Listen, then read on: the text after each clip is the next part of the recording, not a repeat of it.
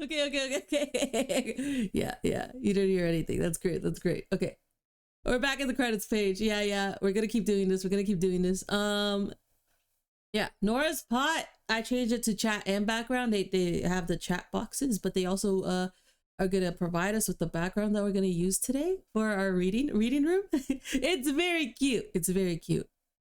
Nora's Pot is just top notch shit. I love it. Love to see it. Oh, and behind me, of course, this witch's hat, this adorable witch's hat. Check it out. There's so many styles. You know, the one I was wearing yesterday was like orange. It was orange. Check this one out. I'm showing off the hat. Look.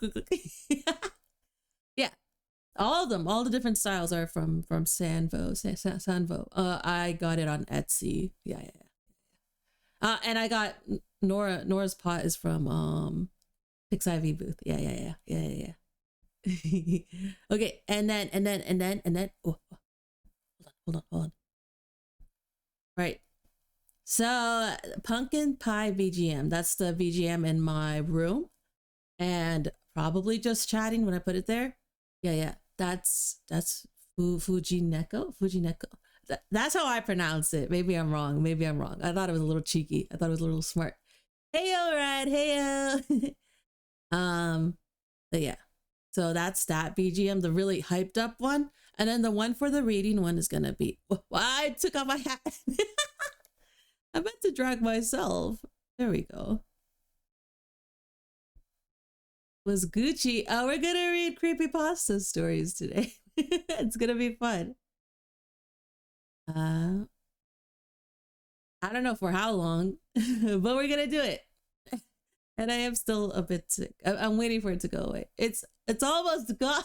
It's just hanging by a thread. I don't know. Right. So for the reading time music, it's Ruha music, and it's called Sticky Thread. That's what the song's called. Yeah. So once again,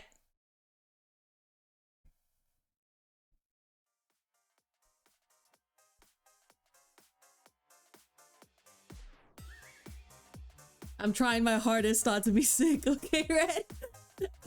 Why are you all the way there? But yeah, so you're so... Hold on. This is something. Hold on.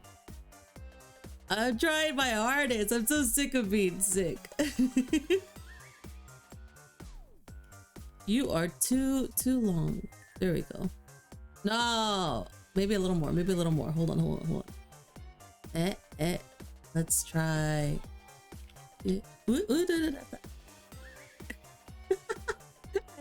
I always do the fucking... Yeah, there we go. Yeah, that's better, right? There you go. So, what was I saying? Yeah. But I'm almost there, right? I don't sound too bad. I don't think I sound too bad. My hat is too... There we go. That's better. All right. Without further ado, let's go to the reading room. Yeah. I'm giddy. I don't know. I'm giddy, but I'm also sick. It's crazy. Crazy combo. Well, there's a first time for everything. Yep. There you go.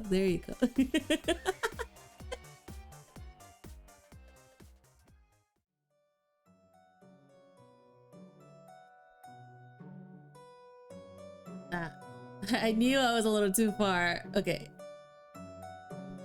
Is that better? That's good, right? I'm gonna move you a little there. That's better. Okay. Are we ready? Gotta be a little bigger. Yeah, I'll just be there. That's fine. So with the story, the credits that I gave in the beginning, I'm also gonna put them on a link. Right, let's get started. Famous creepypastas. Let's do by the highest rating, or should we do it by... Wait. How many are there? There are a lot, right? I don't think I'm gonna get through all of them. Should we go through lowest rating to highest rating? I think that'd be kind of funny. But at the same time, do I have that in me to do that? Hold on. Oh, who was phone classic? Okay. Let's do highest rating, right. Let's be nice to ourselves. Okay, so the highest rating is creepypasta called Psychosis. Yeah. I got this all from the creepypasta website. Let's get started. Let's just get into it, right? Okay. Is it a good idea to do a reading stream when I'm sick? Probably not. Let's go. Psychosis, November 3rd, 2010. I think those are tags. It's by Matt. Wait. Matt Demersky. Okay. Let's do it. Oh, it's go straight into it. Okay. Sunday. I'm not sure why I'm writing this down on paper and not on my computer. I guess I've just noticed some odd things. It's not that I don't trust the computer, I just need to organize my thoughts. I need to get down all the details somewhere objective. Somewhere I know that what I write can't be deleted or changed. Not that that's happened. It's just everything blurs together here, and the fog of memory lends a strange cast to things. I'm starting to feel cramped in this small apartment. Maybe that's the problem. I just had to go and choose the cheapest apartment, the only one in the basement. But, I mean, you and every other broke person, I don't know what to tell you. It happens. The lack of windows down here makes days and nights seems to slip by seamlessly. I haven't been out in a few days because I've been working on this programming project so intensively. I suppose I just wanted to get it done. Hours of sitting and staring at a monitor can make anyone feel strange. I know, but I don't think that's it. Yo, hey yo! What's up? I'm not sure when I first started to feel like something was odd. Oh, wow, all of you are here. Hey yo, Ricky. Hey yo, Mondays. Hey yo, Vi. What's up? Okay, I didn't get in a scary zone. Hell yeah. That's the spot. That sounds great. I'm not sure when I first started to feel like something was odd. I can't even define what it is. Maybe I just haven't talked to anyone in a while. That's the first thing that crept up on me. Everyone I normally talk to online while that program has been idle, or they simply haven't logged on at all. My instant messages go unanswered. The last email I got from anybody was a friend saying he'd talk to me when he got back from the store. And that was yesterday. Me? I do that. Hey, yo, Stardust! What's up? Nice to see you. Everybody gather around. I'll read the creepypastas. I'll read all of them. No, I won't read all of them, but I'll read a lot of them. Where was I? Oh, my friend told me that he texted me back when I got from the store. He never did. I do that. I'd call with my cell phone, but reception's terrible down here. Yeah, that's it. I just need to call someone. I gotta go outside. Well, that didn't work so well. As the tingle of fear fades, I'm feeling a little ridiculous for being scared at all. I looked in the mirror before I went out, but I didn't shave the 2-day stubble I've grown. Sorry, that sentence threw me off. All right, you want me to do that next Wednesday? Every Wednesday I'm gonna do read-alongs. If you want me to do 5 Nights at Freddy's Fangs Fiction, I'm there. I'm feeling a little ridiculous for being scared at all. Oh no, I read that. I figured I was just going out for a quick cell phone call. I did change my shirt though, because it was lunchtime and I guessed that I'd run into at least one person I knew. That didn't end up happening. I wish it did. When I went out, I opened the door to my small apartment slowly. The small feeling of apprehension had somehow already lodged itself in me for some indefinable reason. I chalked it up to having not spoken to anyone but myself for a day or two. I peered down the dingy gray hallway, made dingier by the fact that it was a basement hallway. I mean, some basement hallways are kept well. Roxy's my girlfriend and my girlfriend IRL. Is that real?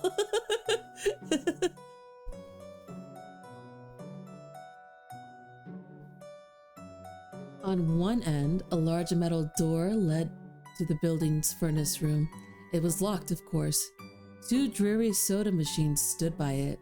I bought a soda from one the first day I moved in, but it had a 2-year-old expiration date. I'm fairly sure nobody knows those machines are even down here, or my cheap landlady just doesn't care to get them restocked. Okay, but did you drink it? Did you drink it though? What I'm hearing is you drank it anyways. I closed my door softly and walked the other direction, taking care not to make a sound. I have no idea why I chose to do that, but it was fun giving in to the strange impulse to not to break the droning hum of the soda machines, at least for the moment. I got to the stairwell and took the stairs up to the building's front door. I looked through the heavy door's small square window and received quite the shock. It was definitely not lunchtime. City gloom hung over the dark street outside, and the traffic lights at the intersection in the distance blinked yellow. Dim clouds, purple and black from the glow of the city, hung overhead. Nothing moved, save the few sidewalk trees that shifted in the wind. I remember shivering, though I wasn't cold. Maybe it was the wind outside. I could vaguely hear it through the heavy metal door, and I knew it was that unique kind of late night wind, the kind that was constant, cold, and quiet, save for the rhythmic music it made as it passed through countless unseen tree leaves. I decided not to go outside. But why? You should try! Bro. Instead, I lifted my cell phone to the door's little window and checked the signal meter. The bars filled up the meter and I smiled. Time to hear someone else's voice, I remember thinking, relieved. It was such a strange thing to be afraid of nothing. I shook my head, laughed at myself silently. I hit speed dial for my best friend, Amy's number, and held the phone up to my ear. It rang once, then it stopped. Nothing happened. I listened to silence for a good 20 seconds, then hung up. I frowned and looked at the signal meter again. Still full. I went to dial her number again, but then my phone rang in my hand, startling me. I put it up to my ear.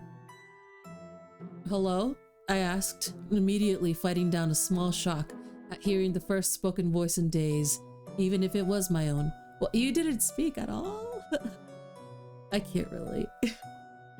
I had gotten used to the droning hum of the building's inner workings, my computer and the soda machine in the hallway. There was no response to my greeting at first, but then, finally, a voice came. "Hey." Sorry, that was... "Hey," said a clear male voice, obviously a college age like me. "Who's this?" "John," I replied, confused. "Oh, sorry, wrong number," he replied, and then hung up. Oh, what the fuck? No, come back. Come back. I lowered the phone slowly and leaned against the thick brick wall of the stairwell.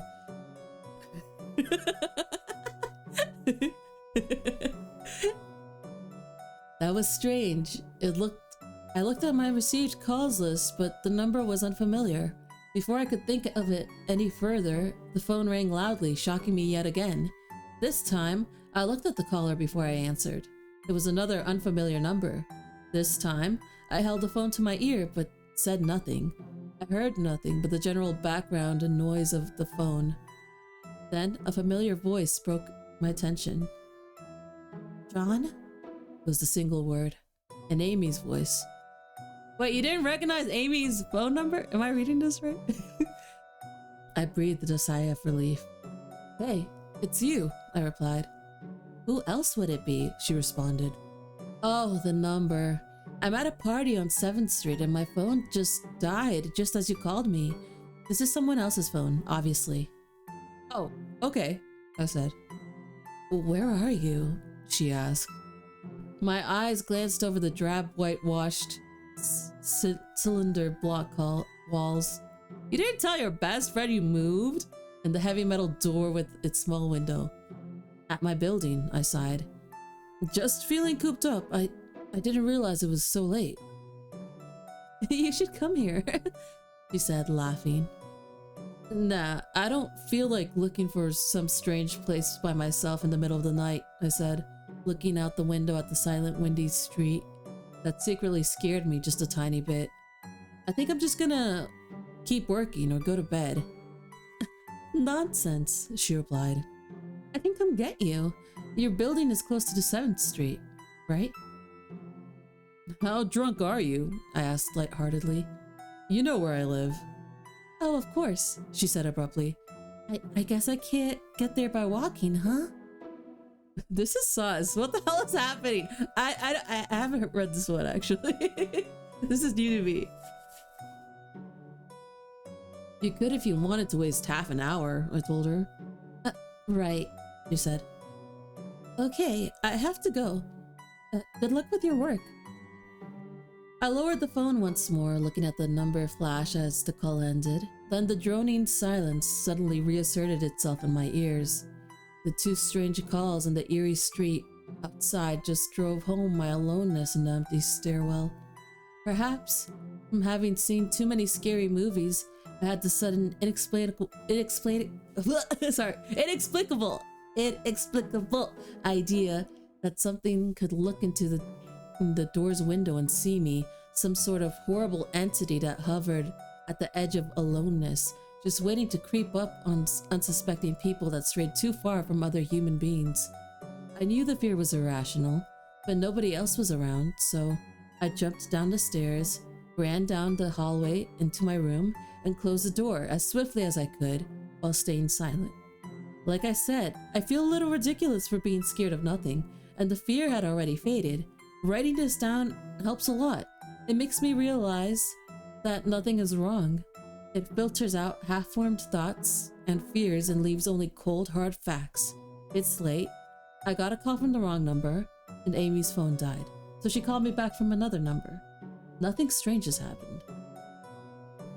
This feels like, what is it? Oh, I don't know what it's called. Oh. Certain people that are afraid to go outside. What is it? What is it? Wait. Fear of going outside. What is it called? Agoraphobia. Yeah. It feels like that. No, a step up from introverts. Yeah, introverts. Yeah. Still, there was something a little off about the conversation. I know it could have just been the alcohol she had. Or was it even her that seemed off to me? Or was it... Yes, that was it. I didn't realize it until this moment, writing these things down. I knew writing things down would... Girl, I understand. You like writing things down. It helps to stop saying it. She said she was at a party, but I only heard silence in the background.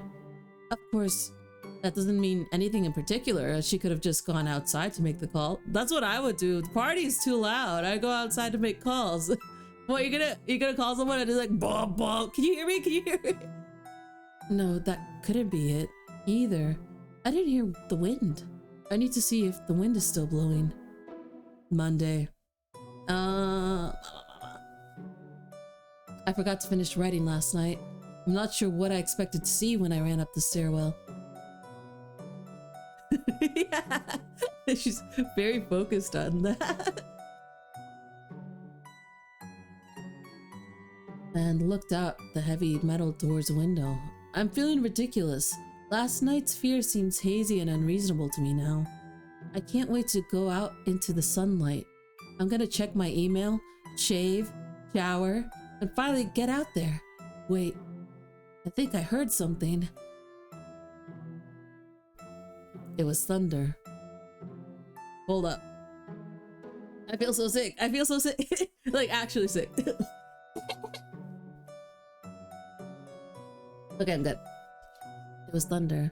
The whole sunlight and fresh air thing didn't happen. I went out into the stairwell. Oh, it read his mind, her mind, I don't know, their mind, and it started raining. I went out into the stairwell and up the stairs only to find disappointment. The heavy metal door's little window. Why do they keep referring it to the heavy metal door? The visual I get is so funny. Showed only flowing water as torrential rain slammed against it. Only a very dim, gloomy light filtered in through the rain, but at least I knew it was daytime, even if it was a gray, sickly, wet day. I tried looking out the window and waited for the lightning to illuminate the gloom, but the rain was too heavy and I couldn't make out anything more than the vague, weird shapes moving at odd angles and the waves washing down the window. Disappointed, I turned around, but I didn't want to go back to my room. Instead, I wandered up further up the stairs, past the first floor and the second. The stairs ended at the third floor, the highest floor of the building. I looked through the glass that ran up the outer wall to the stairwell, but it was that warped, thick kind that scatters the light. Not that there was much to see through the rain to begin with. Is this like the only tenant and then they chose the basement to live? This is what is happening? I opened the stairwell door and wandered down the hallway. The 10 or so thick wooden doors, painted blue a long time ago, were all closed. I listened as I walked, but it was the middle of the day, so I wasn't surprised that I heard nothing but the rain outside. As I stood there in the dim hallway, listening to the rain, I had the strange, fleeting impression that the doors were standing like silent, ornate monoliths, erected by some ancient, forgotten civilization for some unfathomable guardian purpose. Lightning flashed, and I could have sworn that, for just a moment, the old grainy blue wood looked just like rough stone. I laughed at myself for letting my imagination get the best of me, but then it occurred to me that the dim gloom and lightning must mean there was a window somewhere in the hallway.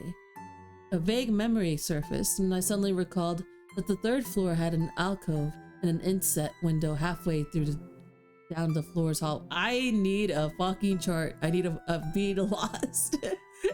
Excited to look out into the rain and possibly see another human being, I quickly walked over the alcove, finding the large thin glass window. Rain washed down it, as it was the front door's window, but I could open this one. I reached a hand out to slide it open, but hesitated. I had the strangest feeling that if I opened that window, I would see something absolutely horrifying on the other side. Everything's been so odd lately, so I came up with a plan, and I came back here to get what I needed. I don't seriously think anything will come of it, but I'm bored. It's raining and I'm going stir crazy. Came back to get my webcam.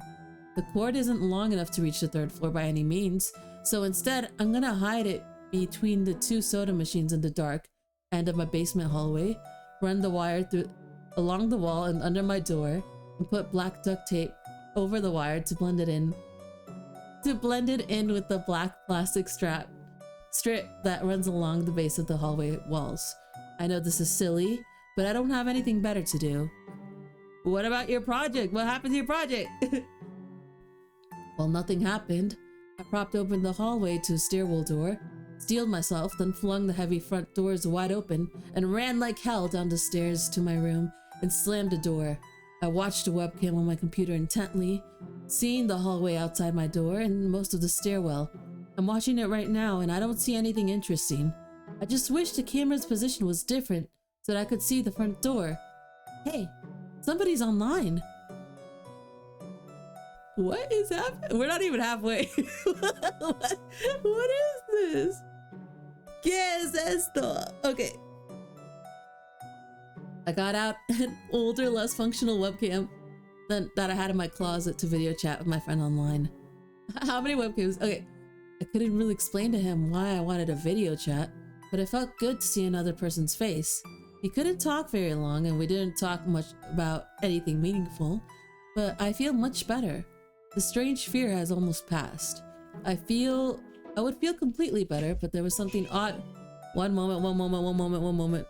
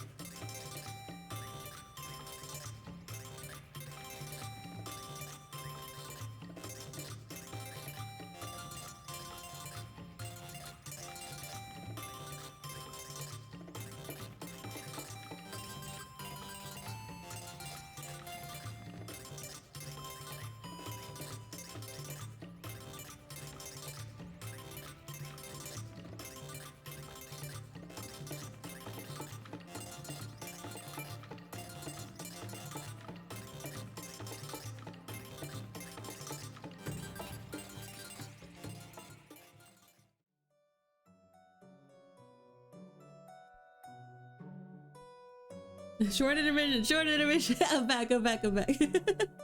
Okay. So he talked to a friend and he actually saw his face. Okay. He couldn't talk very. Okay. My strange fear had almost passed. I would feel completely better, but there was something odd about our conversation. I know that I've said that everything has seemed odd, but still, he was very vague in his responses. Thank you.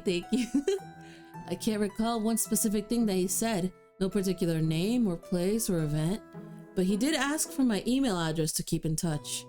Wait, I just got an email. Okay, but like, you're forgetting stuff. That's why you're writing things down, so. Bro. I'm about to go out. I just got an email from Amy that asked me to meet her for dinner at the place we usually go to. I do love pizza, and I've just been eating random food from my poorly stocked fridge for days, so I can't wait. Again, I feel ridiculous about the odd couple of days I've been having. I should destroy this journal when I get back. Oh, another email. Oh my god, I almost left the email and opened the door. I almost opened the door, but I read the email first. Sorry. It was from a friend I hadn't heard from in a long time, and it was sent to a huge number of emails that have been to every person he had saved in his address list. It had no subject, and it said simply, "See with your own eyes, don't trust them, they." Very knowledgeable word. What the hell is that supposed to mean? The word shocked me and I kept going over and over them. Is it a desperate email sent just as something happened? The words are obviously cut. Oh, okay, he probably got killed while he was writing it. Is it a classic? This feels like an indie video game. I can visualize this, is what I'm saying. On any other day, I would have dismissed this as spam from a computer virus or something, but the words, "seen with your own eyes." Can't help but read over this journal and think back to the last few days and realize that I have not seen another person with my own eyes or talked to another person face to face. The webcam conversation with my friend was so strange, so vague, so eerie now that I think about it. Was it eerie? Or was it the fear clouding my memory? My mind toys with the progression of events I've written here, pointing out that I have not been presented with one single fact that I did not specifically give out unsuspectingly. The random wrong number that got my name, and the subsequent strange return call from Amy. The friend that asked me for my email address, I messaged him first when I saw him online, and then I got my first email. This person's doing a recap. We know. And I got my first email a few minutes after that conversation. Oh my god. That phone call with Amy. I said over the phone, I said that I was within half an hour's walk of 7th Street. They know I'm near there. What if they're trying to find me? Where is everyone else? Why haven't I seen or heard anyone else in days? No, this is crazy. This is absolutely crazy. I need to calm down. This madness needs to end. Sorry. I don't know what to think. I ran about my apartment furiously, holding my cell phone up to every corner to see if I got a signal through the heavy walls. Finally, in the tiny bathroom near one of the ceiling corners, I got a single bar. Holding my phone there, I sent a text message to every number in my list. Not wanting to betray anything about my unfounded fears, I simply sent, "You seen anyone face to face lately?" One bar, sending that many messages. Sometimes my phone doesn't pay attention to me when it has one bar. That's just, it's dead. But that's good for you. At that point, I just wanted any reply back. I didn't care what the reply was or if I embarrassed myself. I tried to call someone a few times, but I couldn't get my head up high enough, and if I brought the cell phone down even an inch, it lost signal. Then I remembered the computer and I rushed over to it. Instant messaging everyone online. Most were idle or away from their computer. Nobody responded. My messages grew more frantic and I started telling people where I was. Stop it! Why are you doing that? To stop by in person. You don't know. Sorry. I'm sick. To stop by in person for a of barely passable reasons. I didn't care about anything by that point. I just needed to see another person. I also tore apart my apartment looking for something that I might have missed. Some way to contact another human being without opening the door. I know it's crazy. I know it's unfounded. But what if? What if? I just needed to be sure. I taped my phone to the ceiling just in case. Tuesday. The phone rang. Exhausted from last night's rampage, I must have fallen asleep.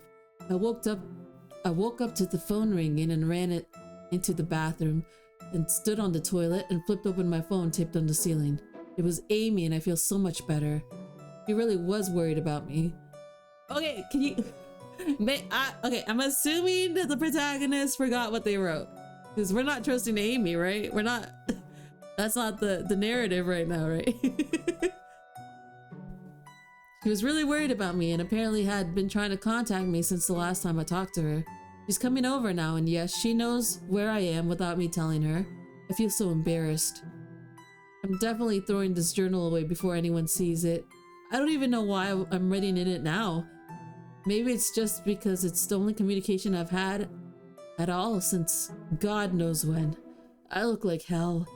I looked in the mirror before I came back in here. My eyes are sunken, my stubble is thicker, and I just look generally unhealthy.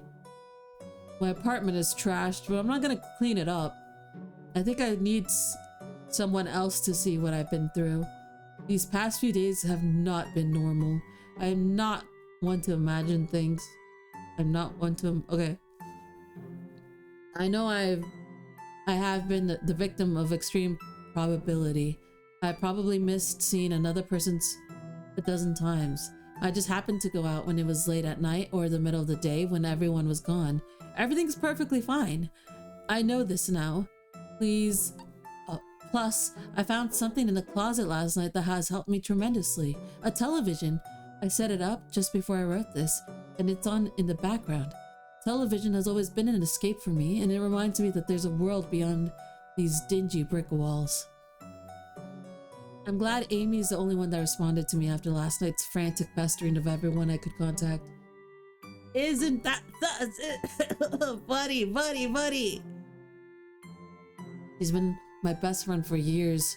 She doesn't know it, but I count the day I met her among one of the few moments of true happiness in my life. I remember the warm summer day fondly. It seems a different reality from this dark, rainy, lonely place.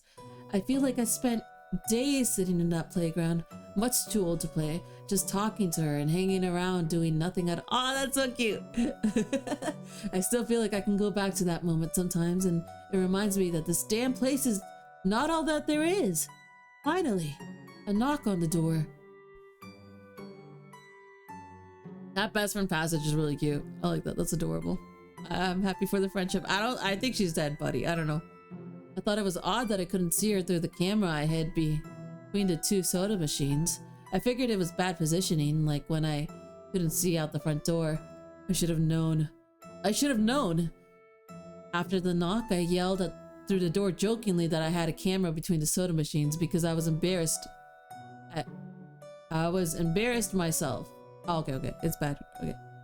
That I had taken this paranoia so far. After I did that, I saw her image walk through the camera, over to the camera, and look down at it. She smiled and waved. Hey, she said to the camera brightly, giving it a wry look. It's weird, I know, I said into the mic attached to my computer. I've had a weird few days. Must have, she replied. Open the door, John. I hesitated. How could I be sure? Hey, humor me a second here, I told her through the mic. Tell me one thing about us, just to prove to me you're you. She gave the camera a weird look. Alright, she said, slowly thinking. We met randomly at a playground when we were both way too old to be there.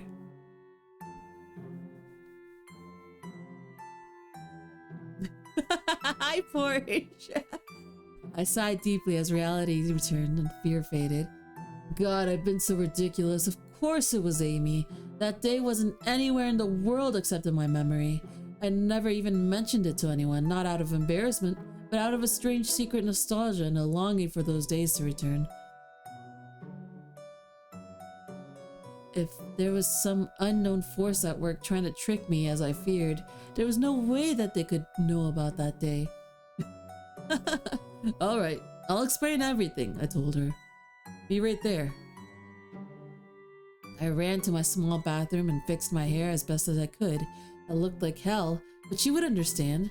Snickering at my own unbelievable behavior and the mess I made of the place, I walked to the door. I put my hand on the doorknob and gave the mess one last look. So ridiculous, I thought. My eyes traced over the half-eaten food lying on the ground, the overflowing trash bin, and the bed I tipped to the side looking for God knows what. I almost turned the door and opened it, but my eyes fell on one last thing. The old webcam. The one I used for that eerily vacant chat with my friend. Its silent black sphere lay haphazardly tossed to the side. Its lens pointed at the table where this journal lay. An overwhelming terror took me as I realized that if something could see through the camera, it would have seen what I wrote about that day. I asked her for any one thing about us, and she chose the only thing in the world that I thought they or it did not know. But it did! It did know! It could have been watching me this whole time! I didn't open the door. I screamed. I screamed in uncontrollable terror. I stomped on the old webcam on the floor. The door shook and the doorknob tried to turn, but I didn't hear Amy's voice through the door. Was the basement door made to keep out drafts too thick? Or was Amy not outside? What could have been trying to get in if not her? What the hell is out there? I saw her on my computer through the camera outside. I heard her on the speakers through the camera outside. But was it real? How can I know? She's gone now. I screamed and shouted for help. I piled up everything in my apartment against that front door. Friday. Bro, what? What is happening? Help this guy, help him. He's depressed. He needs a friend. I like it though. Oh god, it's silly. Okay. By the way, do you like the background? Isn't it cool? Isn't it? Okay, I'm gonna continue. Why am I so big? Should I be shorter? Wait, hold on. Friday, I know, Friday. We're still here.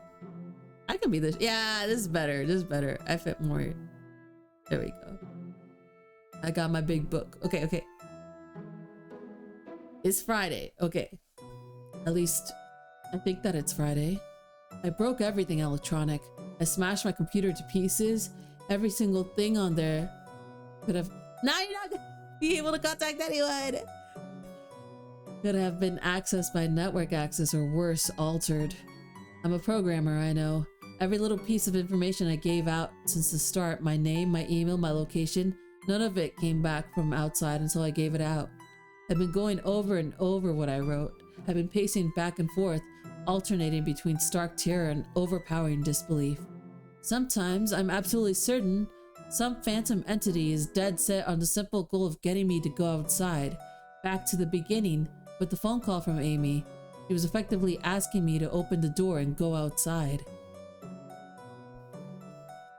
I keep running through it in my head. One point of view says I've acted like a madman, and all of this is probably the extreme convergence of probability. Never going outside at the right time by pure luck.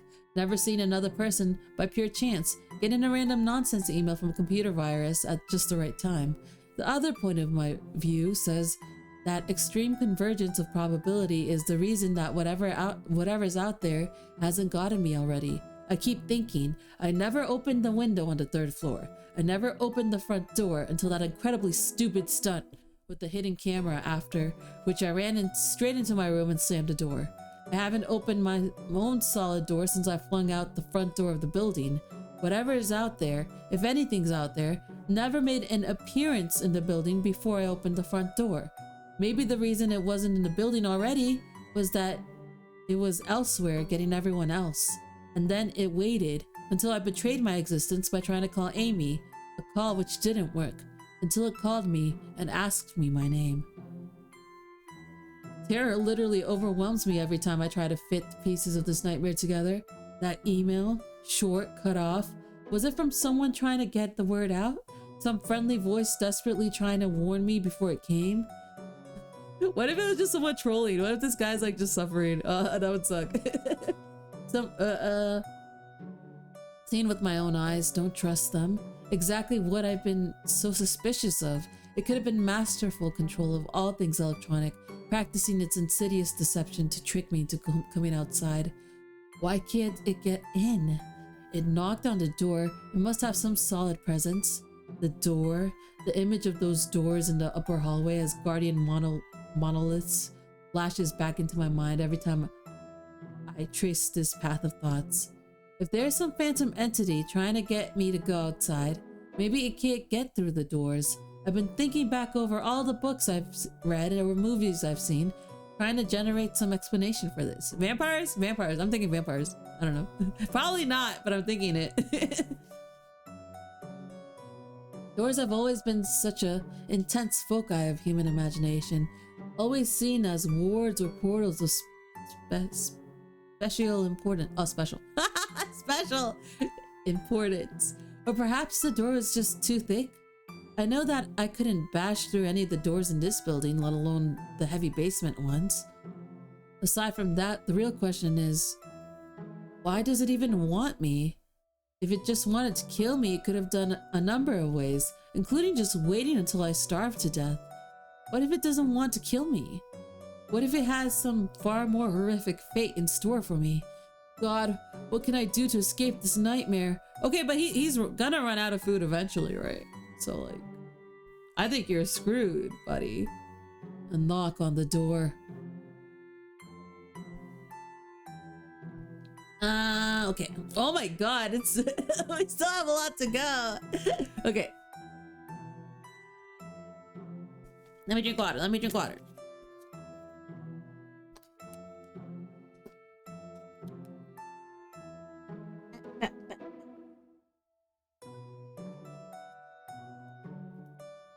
I told the people on the other side of the door I need a minute to think and I'll come out.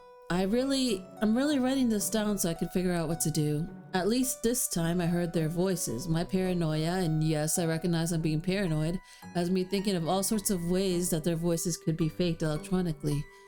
There could be nothing but speakers outside simulating human voices. Did it really take them 3 days to come talk to me? Amy is supposedly out there along with 2 policemen and a psychiatrist. Maybe it took them 3 days to think of what to say to me. The psychiatrist's claim could be pretty convincing if I decided to think that this had all been a crazy misunderstanding and not some entity trying to trick me into opening that door. The psychiatrist had an older voice, authoritarian but still caring. I liked it. I'm desperate just to see someone with my own eyes. He said I have something called cyber psychosis and that I'm just one of a nationwide epidemic of thousands of people having breakdowns triggered by a suggestive email that got through somehow. I swear he said got through somehow. I think he means spread through the country, inexplainably. But I'm incredibly suspicious that the entity slipped up and revealed something. He said I am part of a wave of emergent behavior, that a lot of other people are having the same problem with the same fears, even though we never communicated. That neatly explains the strange email about eyes that I got. I didn't get the original triggering email. I got a descendant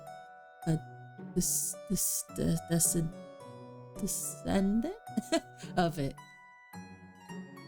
My friend could have broken down too and tried to warn everyone he knew against his paranoid fears. That's how the problem spreads, the psychiatrist claims. I could have spread it too with my text and instant messages online to everybody I know. One of those people might be melting down right now after being triggered by something I sent to them.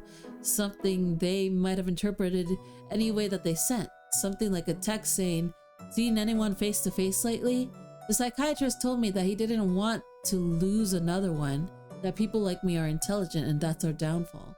We draw connections so well that we draw them even where they shouldn't be there.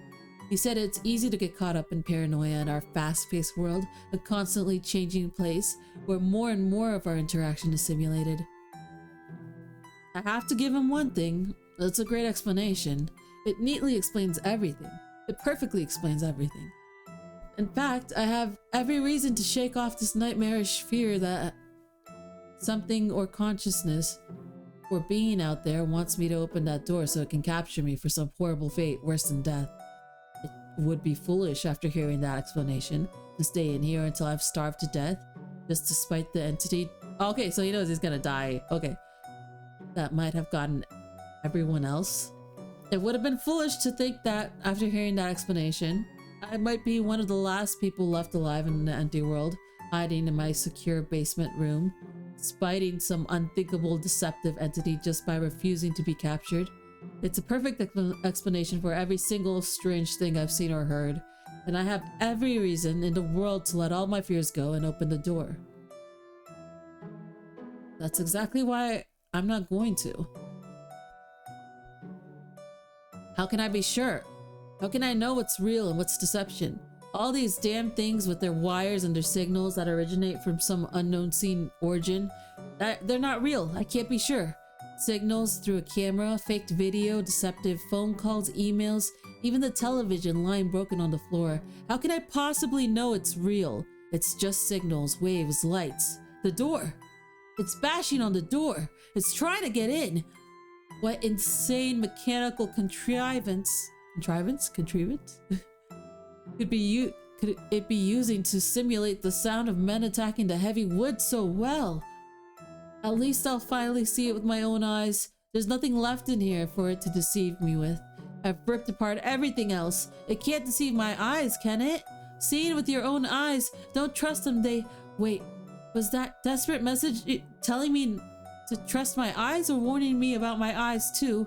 Oh my god. What's the difference between a camera and my eyes? They both turn light into electric signals. They're the same. I can't be deceived. I have to be sure. I have to be sure. Date unknown. Someone get this man. No. Okay. I calmly asked for paper and a pen, day in and day out, until it finally gave them to me. Not that it matters. What am I gonna do? Poke my eyes out? The bandages feel like they're a part of me now. The pain is gone. I figured this will be my one of my last chances to write legibly, as without my eyesight to correct mistakes, my hands will slowly forget the motions involved. This is a sort of self-indulgence, this writing. It's a relic of another time because I'm certain everyone left in the world is dead or something far worse. I sit against the padded wall day in and day out. The entity brings me food and water, masks itself as a kind nurse, as an unsympathetic doctor. I think it knows that my hearing has sharpened considerably now that I live in the darkness. It fakes conversations in the hallways on the off chance that I might overhear. One of the nurses talks about having a baby soon. One of the doctors lost his wife in a car accident. None of it matters. None of this is real. None of it gets to me, not like she does. That's the worst part, the part I almost can't handle. The thing comes to me masquerading as Amy. Its recreation is perfect, sounds exactly like Amy, feels exactly like her. It even produces a reasonable facsimile of tears that it makes me feel on its lifelike cheeks. When it first dragged me here, it told me all the things I wanted to hear. It told me that she loved me, that she had always loved me, that it didn't understand why I did this, that we could still have a life together if only I would stop believing that I was being deceived. It wanted me to believe. No, it needed me to believe she was real. I was hoping they would stay best friends. That was okay. It's fine. I almost fell for it. I really did. I doubted myself for the longest time. In the end, though, it was all too perfect, too flawless, and too real. The false Amy used to come every day, and then every week, and then finally stopped coming altogether. But I don't think the entity will give up. I think the waiting game is just another one of its gambits. I will resist it for the rest of my life if I have to. I don't know what happened to the rest of the world, but I do know that this thing needs me to fall for its deceptions. If it needs that, then maybe, just maybe, I am a thorn in its agenda. Maybe Amy's still alive out there somewhere. kept alive only by my will to resist the deceiver. I hold on to that hope, rocking back and forth in my cell to pass the time. I will never give in. I will never break. I am a hero.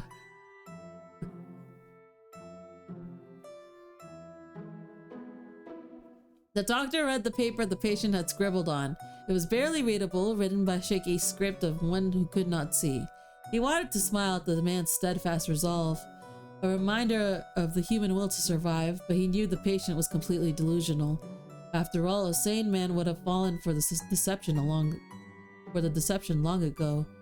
The doctor wanted to smile. He wanted to whisper words of encouragement to the delusional man. He wanted to scream, but the nerve filaments wrapped around his head and into his eyes made him do otherwise. His body walked into the cell like a puppet, and he told the patient once more that he was wrong and that there was nobody trying to deceive him. Okay. Okay. Well, that's the end. Nice ending. Okay. I like it. I like it. Got a little back and forth there. Got a little, is he right? Is he wrong? Are you really rejecting your best friend, Hobie? Yeah, I mean, he's right. At least he's right. It'd be a little more depressing if he wasn't right and he's just convinced. That's pretty good. All right, there's Jeff the Killer, Slender Man, and the Russian sleep experiment. What y'all want? And I think there's Ben Drowned also, and there's Huma's phone, which is great. You guys got a request? Ben fucking Drowned. There's Candle Cove. There's Dead Bart. Is there an actual story with Dead Bart? Slenderman? Okay, let's go.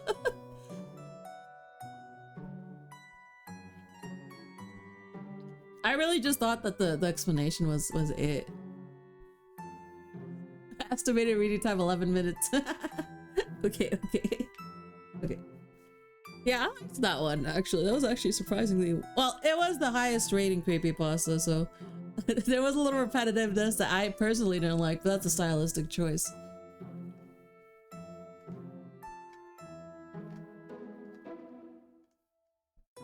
Okay, so there's some context before we get into the story, I think. Okay, I'm just gonna read what I see. Okay.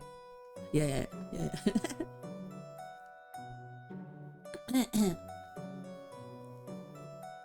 Possibly the most famous creepypasta character of all time, and certainly one that has crossed most frequently in mainstream media, the Slender Man, also known as Slender Man, is a character born of a variety of earlier influences, but which itself represents an evolution in the uses of development and folklore.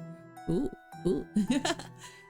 Violent real-life events linked to the Slender Man character increased its infamy. Oh, okay, wait. This is too real. This is not what I wanted. His appearance? We don't need his appearance. We know how he looks like. He's a Slender Man.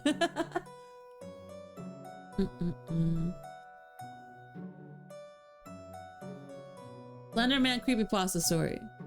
After waking up with a jolt, the girl laid in bed a few seconds longer. Reaching over to switch on her bedside lamp, she tried to remember exactly what had stolen her sweet slumber away. When she couldn't, the brunette swung her leg over to the side of the bed and heaved herself up. Checking the time on her phone, she snorted when she saw it was midnight, the witching hour. Knowing that sleep would only evade her, she left her bedroom for the kitchen, a good cup of coffee on her mind. As she passed by her front door, a chill spread like liquid fire down her spine. It's only winter, she told herself, focusing again on the coffee plan. Measuring out scoops water and preparing her cup kept her occupied, but as the dark liquid boiled, she had nothing left to keep her mind from wandering off.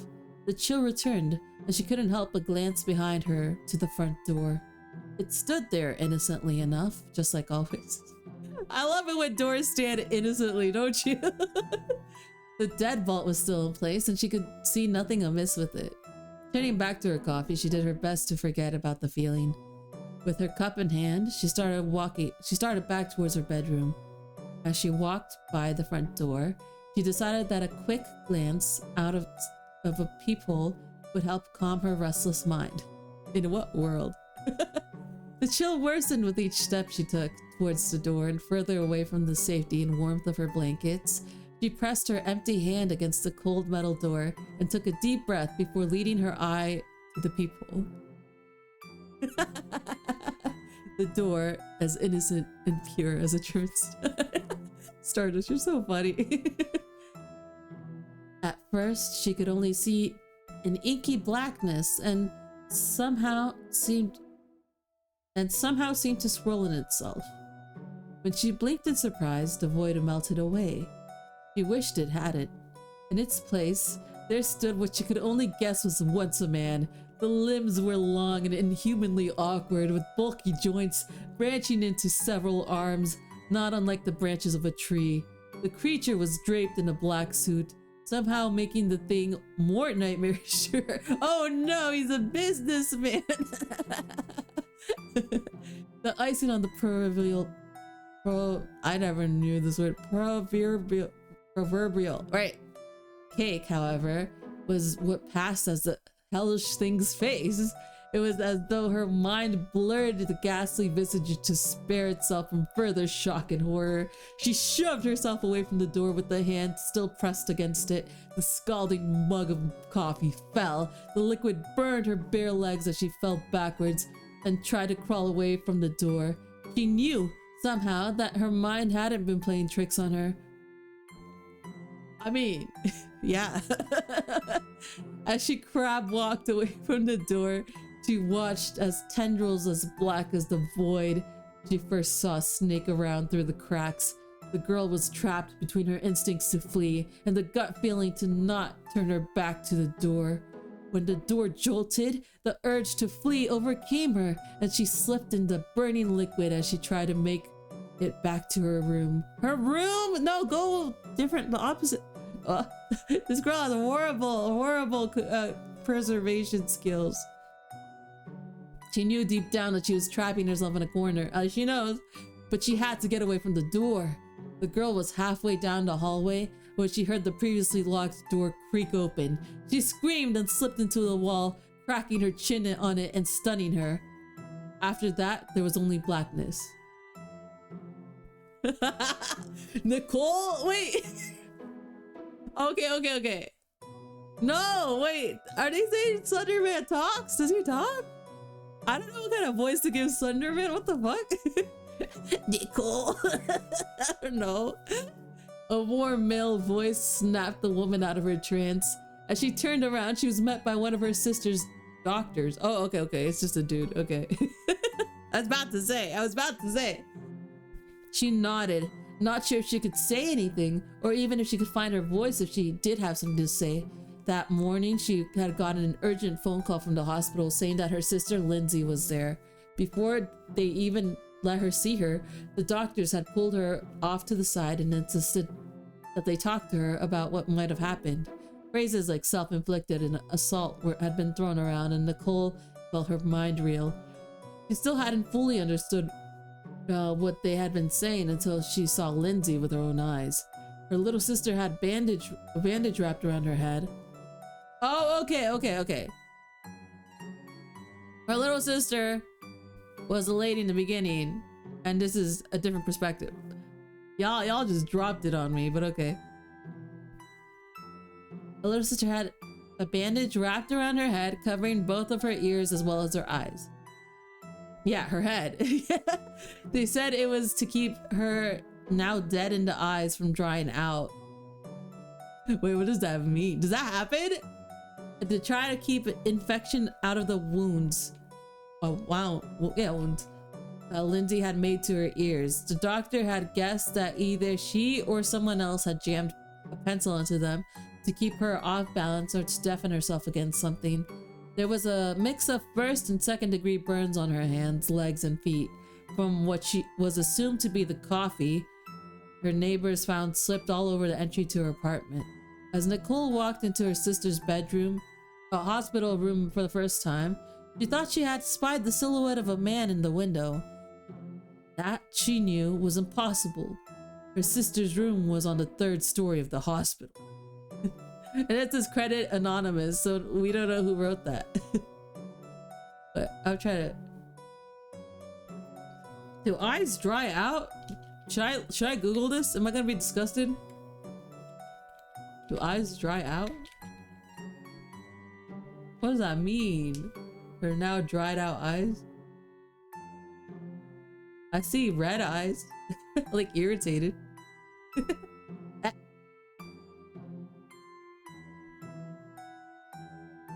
And then everything else is kind of like a assortment of what people... Okay, it says there's a Brazilian cave painting. That's interesting. Oh, wow.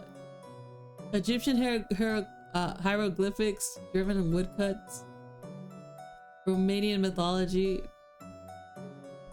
and then the Slender Man movie. Alright.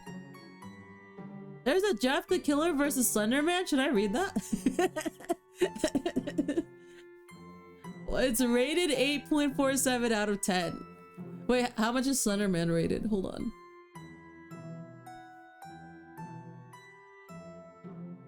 Slender Man is 8.55 out of 10. So it's slightly higher. Only slightly higher than Jeff versus Slender Man. What is this? What in the Godzilla is this?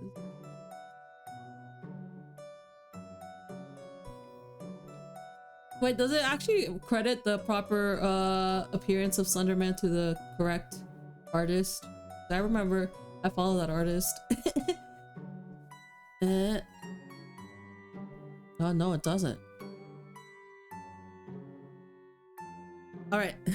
Jeff the Killer? Ben drowned? Let's do Jeff the Killer. And then we can do Jeff the Killer versus Slender Man because I'm curious about that. I haven't even heard about that. How did it have such a high rating? Okay. Slender Man was 8.55. Jeff the Killer is go away. 8.69. Yep. There you go. Every time I see like the picture, I remember this anime girl that they made that kind of looked like it. Oh, are we going directly to the story? Okay. Wait, hold on.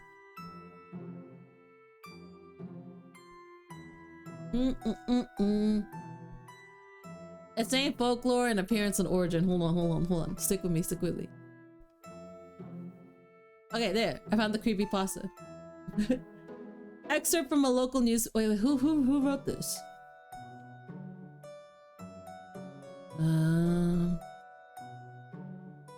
The winning story, which exists in an uncut, longer version and the shorter story edited to fit the constraints of the competition's word limit, was written by K. Banning Kellum. It's the version that most people today are familiar with. You know what? I'm pretty sure I haven't read the Jeff the Killer story. I think what I'm visualizing, what I have heard or heard out loud, is that like girl that likes Jeff the Killer and like is in a relationship with him, and then he like kills her parents or something like that, and then like everyone is a bitch to her or something like that. That's the only Jeff the Killer story I know. I think about that every time I see him. So it's a really weird story.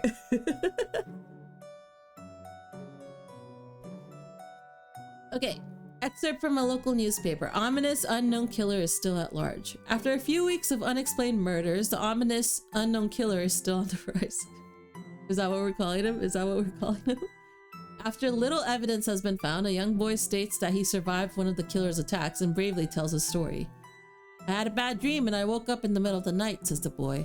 I saw that for some reason, the window was open, even though I remember it being closed before I went to bed. I got up and shut it once. Afterwards, I simply crawled under my covers and tried to go back to sleep. That's when I had a strange feeling like someone was watching me. Okay. Who could it be? Guess. I looked up and nearly jumped out of my bed. There, in the little array of light illuminating from between my curtains, were a pair of two eyes. These weren't regular eyes, they were dark, ominous eyes. Dark? You wouldn't be able to see them if they're dark, right? They bordered in black and just plain out terrified me. Wait. I'm thinking of logistics here, I'm sorry. In the dark. Dark eyes look at you. I wouldn't see shit. But I guess Jeff the Killer's pale as fuck. I don't know. That's when I saw his mouth, a long, horrendous smile. But how lit up is your room? That made every hair on my body stand up. The figure stood there watching me. Finally, after what it seemed like forever, he said it. A simple phrase, but said in a way only a madman can speak. He said, "Go to sleep." I let out a scream. That's what sent him at me. He pulled up a knife, aiming at my heart. He jumped on top of my bed. I fought him back. I kicked, I punched, I rolled around trying to knock him off me. That's when my dad busted in. The man threw the knife. It went into my dad's shoulder. The man probably would have finished him off if one of the neighbors hadn't alerted the police. With what? He just threw his knife. What do you mean? They drove into the parking lot and ran towards the door. The man turned and ran down the hallway. I heard a smash like glass breaking. As I came out of my room, I saw the window that was pointing towards the back of my house was broken. I looked out it to see him vanish into the darkness. I can tell you one thing, I will never forget his face. Those cold, evil eyes and that psychotic smile. They will never leave my head. Never. Police are still on the look for them. On the lookout for this man. If anyone that fits the description of the story, if you see anyone that fits the description of the story, please contact your local police department. Jeff and his family had moved into a new neighborhood. His dad had gotten a promotion at work, and they thought it would be best to live into one of those fancy neighborhoods. Jeff and his brother Lou couldn't complain though. A new, better house. Wait, did they just switch it up? Okay. What was not to love? As they were getting unpacked, one of their neighbors came by. "Hello," she said. "I'm Barbara. I live across the street from you. Well, I just wanted to introduce myself and to introduce my son." She turned around and called her son over. "Billy, these are the new neighbors." Billy said, "Hi," and then ran back, playing in his yard.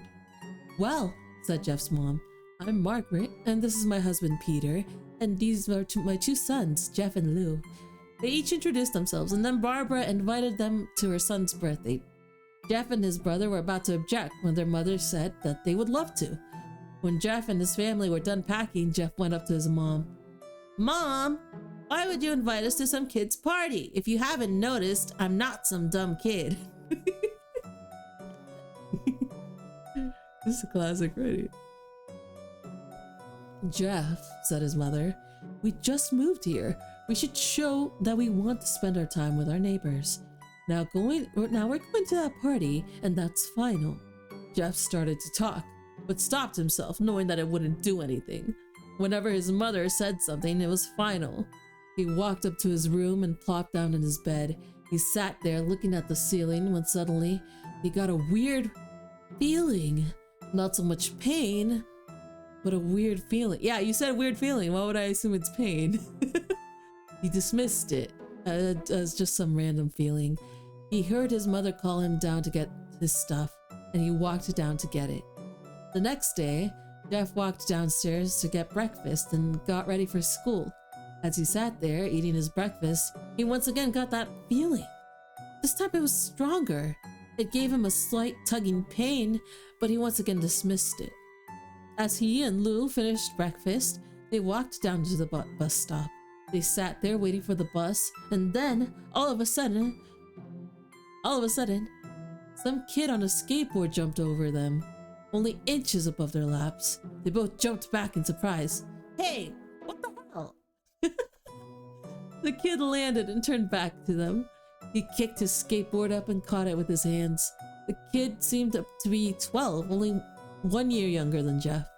He wore an Aeropostale shirt and a ripped blue jeans. Well, it looks like we got some new meat." Suddenly, 2 other kids appeared. One was super skinny and the other was huge. "Well, since you're new here, I'd like to introduce ourselves. Over there is Keith." Jeff and Lou looked over to the skinny kid. He had a dopey face that you would expect a sidekick to have. "And he's Troy." They looked over at the fat kid. Talk about a tub of lard. Okay.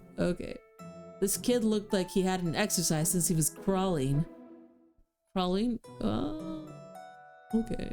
Okay, buddy. Okay. Fuck you, Jeff. And I, said the first kid, am Randy. Now for all the kids in this neighborhood, there's a small price to pay for bus fare if you catch my drift. Lou stood up, ready to punch the lights out of the kid's eyes when one of his friends pulled a knife on him. Tisk. I had hoped you'd be more cooperative, but it seems we must do this the hard way. The kid walked up to Lou and took his wallet out of his pocket. Jeff got that feeling again. Now it was truly strong, a burning sensation. He stood up, but Lou gestured him to sit down. Jeff ignored him and walked up to the kid. Listen here, you little punk. Give back my bro's wallet or else.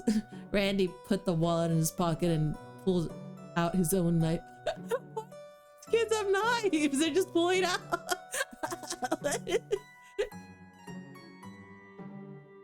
This is funny. Okay. Oh, and what will you do?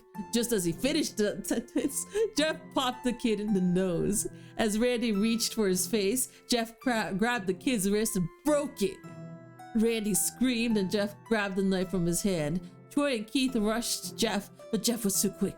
He threw Randy to the ground. Keith lashed out at him, but Jeff ducked and stabbed him in the arm. Keith dropped his knife and fell to the ground screaming. Troy rushed him too, but Jeff didn't even need the knife. He just punched Troy straight in the stomach, and Troy went down. As he fell, he puked all over. Luke did nothing but look in amazement at Jeff. Jeff, how'd you? Was all he said. They saw the bus coming and knew they'd be blamed for the whole thing? You mean when you beat up kids really badly? I know they were gonna beat them up, but like, what do you mean blamed? Like, you did it. So they started running as fast as they could. As they ran, they looked back and saw the bus driver rushing over to Randy and the others as Jeff and Lou made it to school. What? On foot? They didn't dare tell what happened. All they did was sit and listen. Lou just thought of that as his brother beating up a few kids. But Jeff knew it was more. It was something scary. Oh, there's a pause. It was something scary. As he got the feeling, he felt how powerful it was, the urge to just hurt someone. He didn't like how it sounded, but he couldn't help feeling happy. He felt the strange feeling go away and stay away for the entire day of school. Even as he walked home due to the whole thing near the bus stop, and how now he probably wouldn't be taking the bus anymore, he felt happy. When he got home, his parents asked him how his day was, and he said in a somewhat ominous voice, "It was wonderful." It was a wonderful day. Okay, it didn't put the laugh, but I imagine he laughed. I imagine he's an unhinged little kid. Next morning, he heard a knock at his front door. He walked down to find 2 police officers at the door, his mother looking back at him with an angry look. Jeff, these officers tell me that you attacked 3 kids, that it wasn't regular fighting, and that they were stabbed. Stabbed, son.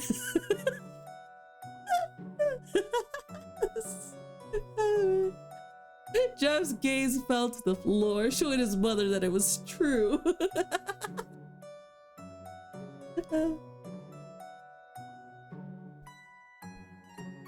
I'm sorry. Mom, they were the ones who pulled the knife on me and Lou.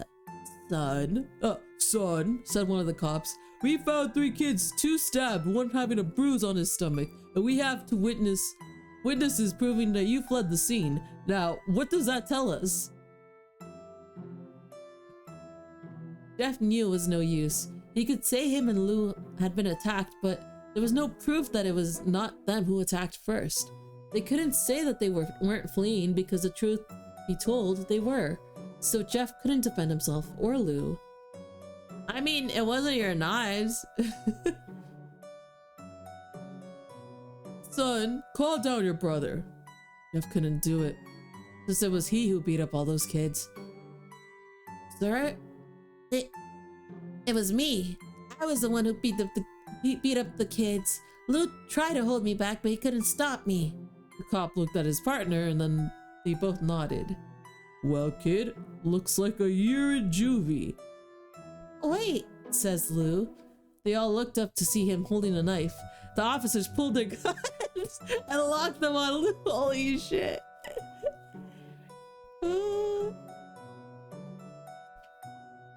It was me. I beat up those little punks.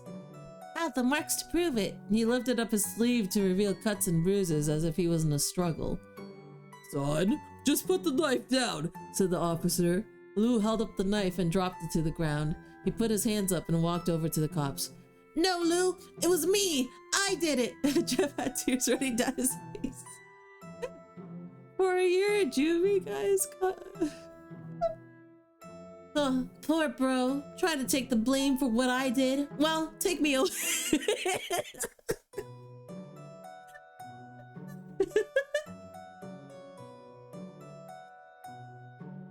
This is so silly. The police led Lou out to the patrol car. Lou, tell them it was me. Tell them I was the one who beat up those kids. Jeff's mother put her hands on his shoulder. Okay, hold on.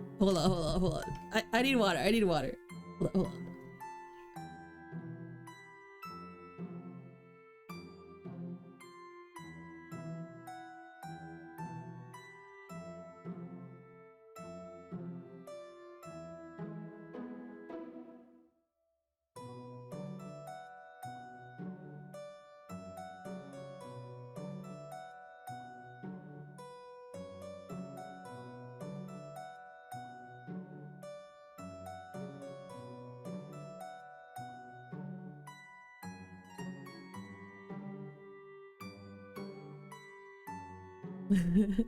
So funny. Okay. Jeff, please, you don't have to lie. We know it's Lou. You can stop. Kids. Kids. Jeff watched helplessly as the cop car speeds off with Lou inside. A few minutes later, Jeff's dad pulled into the driveway, seeing Jeff's face and knowing something was wrong. Son, what is it? Jeff couldn't answer. His vocal cords were strained from crying. Over 1 year in juvie? Help! You know? Oh man. Instead, Jeff's mother walked his father inside to break the bad news to him as Jeff wept in the doorway. After an hour or so, Jeff walked back into the house, seeing that his parents were both shocked, sad, and disappointed. He couldn't look at them. He couldn't see how they thought of Lou when it was his fault. He just went to sleep, trying to get the whole thing out of his mind. 2 days went by with no word from Lou at JDC. No friends to hang out with. Nothing but sadness and guilt. That is, until Saturday, when Jeff is woken up by his mother with a happy, sunshiny face. Jeff? It's the day, she said, as she opened the curtains and let the light flood into the room. What's today? Asked Jeff as he stirs awake. Why, it's Billy's party. He was now fully awake.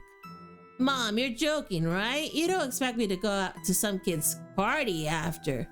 There was a long pause. Jeff, we both know what happened. I think this party could be the thing that brightens up the past days. The thing that brightens up the past... Okay. Now get dressed. Jeff's mother walked out of the room and downstairs to get ready herself. He fought himself to get up. He picked up a random shirt and a pair of jeans and walked downstairs. He saw his mother and father all dressed up, his mother in a dress and his father in a suit. He thought, why they would ever wear such fancy clothes to a kid's party? That's a good question. I don't know. Son, is that all you're gonna wear? Said Jeff's mother. Better than wearing too much, he said. His mother pushed down the feeling to yell at him and hid it with a smile. Why?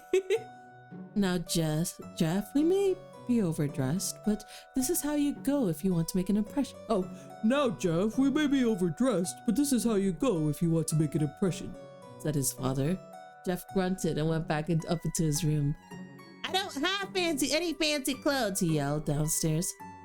Just pick out something, called his mother. He looked around in his closet for what he could call fancy. He found a pair of black dress pants that he had for special occasions and an undershirt. He couldn't find a shirt to go with it though. He looked around and found only striped and patterned shirt. Does he only have striped and patterned shirts? What is this? None of which to go with the dress pants. Finally, he found a white hoodie and put it on to feel bonita. This is so funny. What is this? You're wearing that, they both said. His mother looked at her watch. Oh, no time to change. Let's just go. You can't be late to some random kid's birthday party. And I think it's on you if your son only has striped shirts. What the hell? She said as she herded Jeff and the father out the door. They crossed the street over to Barbara and Billy's house. They knocked on the door, and as it appeared that Barbara, just like his parents, way overdressed. As they walked inside, all Jeff could see were adults, no kids. The kids are out in the yard, Jeff. How about you go and meet some of them, said Barbara. Jeff walked outside to a yard full of kids. Maybe the parents are having like parent party and it's all fancy. Why does he keep saying they're overdressed?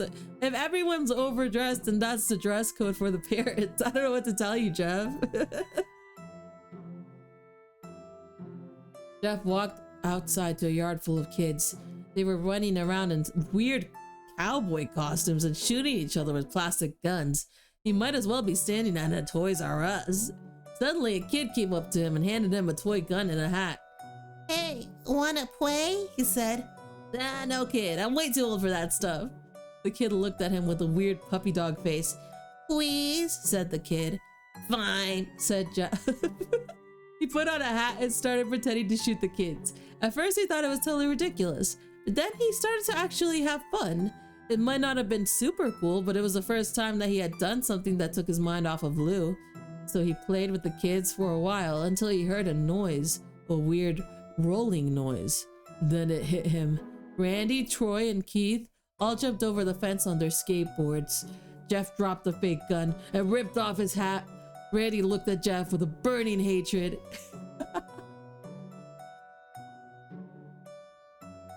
Hello. Jeff, is it? He said. We have some unfinished business. Jeff saw his bruised nose. I think we're even. I beat the crap out of you, and you get my brother sent to JDC.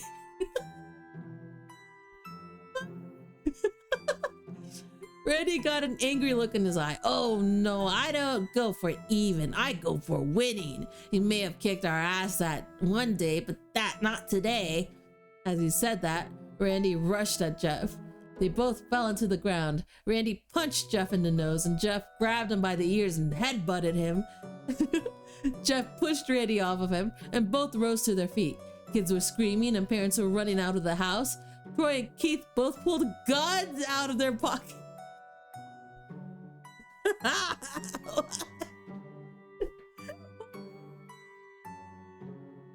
are they going? I can't take this. I can't take. This is the most highly rated Jeff the Killer story that everyone agreed on.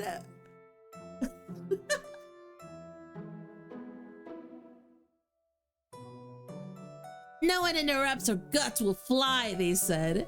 Randy pulled another knife on Jeff and stabbed it into his shoulder.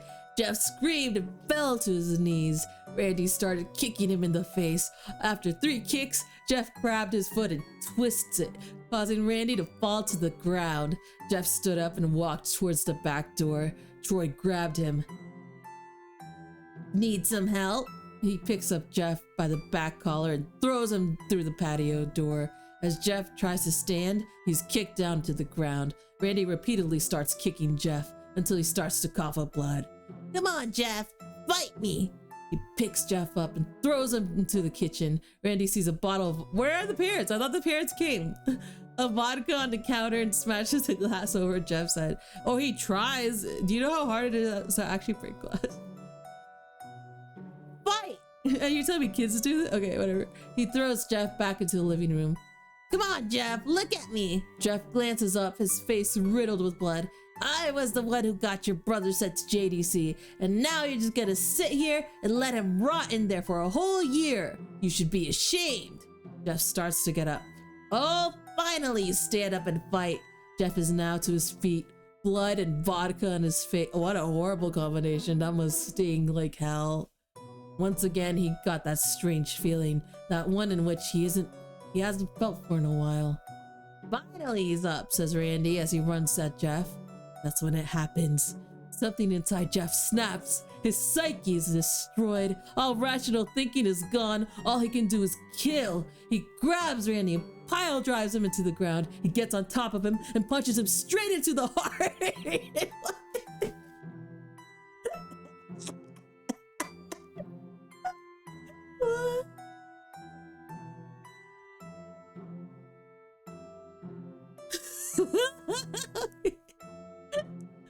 The punch causes Randy's heart to stop. As Randy gasps for breath, Jeff hammers down on him.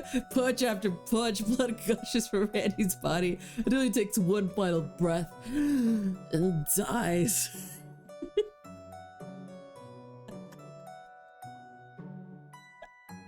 Oh, man. Everyone is looking at Jeff now. The parents, what were they doing? I don't know. The crying kids, even Troy and Keith. Although they easily break from their gaze to point their guns at Jeff. Yeah! They have guns. He just punched him in the heart. It's hilarious. Jeff sees the guns trained on him and runs for the stairs. As he runs, Troy and Keith let out fire on him, each shot missing. Jeff runs up the stairs. He hears Troy and Keith follow via. Where? Parents, can y'all do something? There are kids with guns and someone just punched someone's heart out. As they let out their final rounds of bullets, Jeff ducks into the bathroom. He grabs a towel rack and rips it off the wall. Troy and Keith race in, knives ready. Troy swings his knife at Jeff, who backs away and bangs the towel rack into Troy's face. Troy goes down hard, and now all that's left is Keith. He's more agile than Troy thought, as ducks when Jeff swings the towel rack. He drops the knife and grabs Jeff by the neck. I thought you had a gun! Wait, am I... When did they trade their guns for knives? Okay, I see it. Oh yeah, final round of bullets and then they had to grab knives again. Okay. I got it. Me personally, I would not drop my knife if I was face to face with Jeff the Killer. That's just me though. He pushed him into the wall. A thing of bleach fell down on top of him from the top shelf. It burnt both of them and they both started to scream.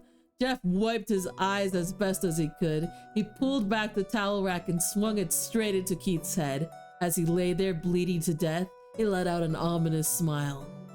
"What's so funny?" asked Jeff. Keith pulled out a lighter and switched it on. "What's funny," he said, "is that you're covered in bleach and alcohol." Jeff's eyes widened as Keith threw the lighter at him. Is Jeff a burn victim? I don't think so, right? Am I crazy?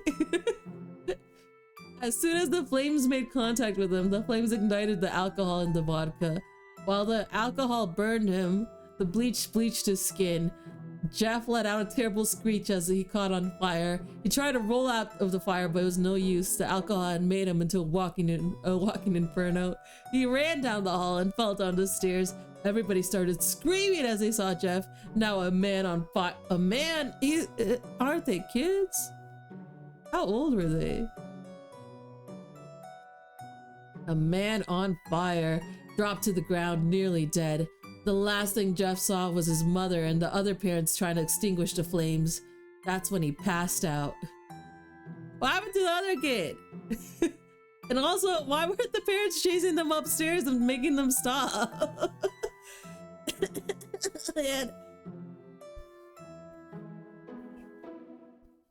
When Jeff woke, he had a cast wrapped around his face. He couldn't see anything, but he felt a cast on his shoulder and stitches all over his body. He tried to stand up, but he realized that there was some tube in his arm, and when he tried to get up, it fell out and the nurses rushed in. I don't think you can get out of bed just yet, she said as she put him back into his bed and reinserted the tube. Jeff sat there with no vision, no idea what his surroundings were. Finally, after hours, he heard his mother. Honey, are you okay? She asked. Jeff couldn't answer though. His face was covered and he was unable to speak. Oh, honey, I have great news.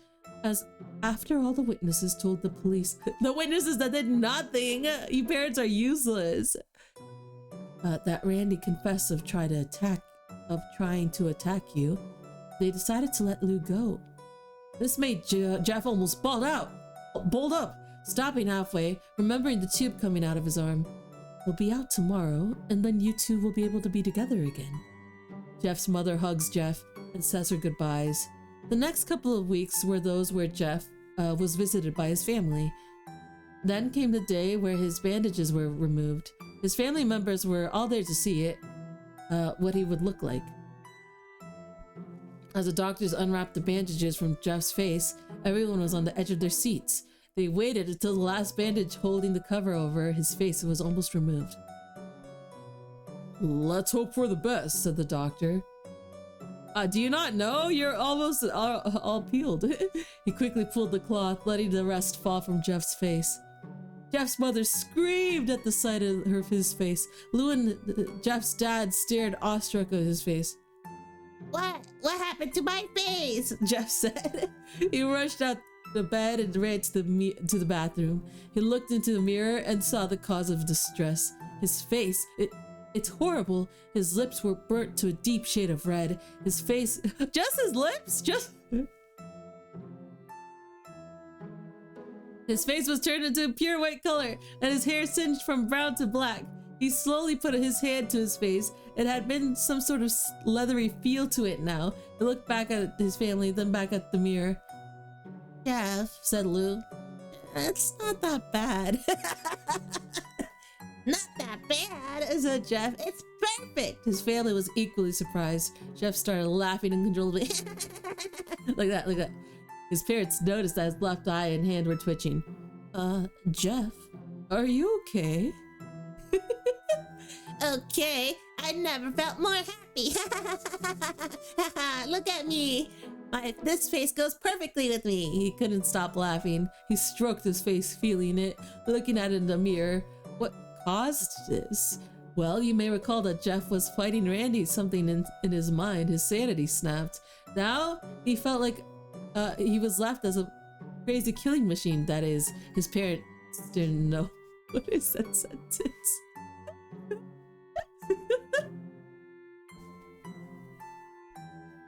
Doctor, said Jeff's mom, is my son alright, you know? In the head? Oh yes, this behavior is typical for patients that have taken very large amounts of painkillers. What? Doctor, this is not normal. What do you mean?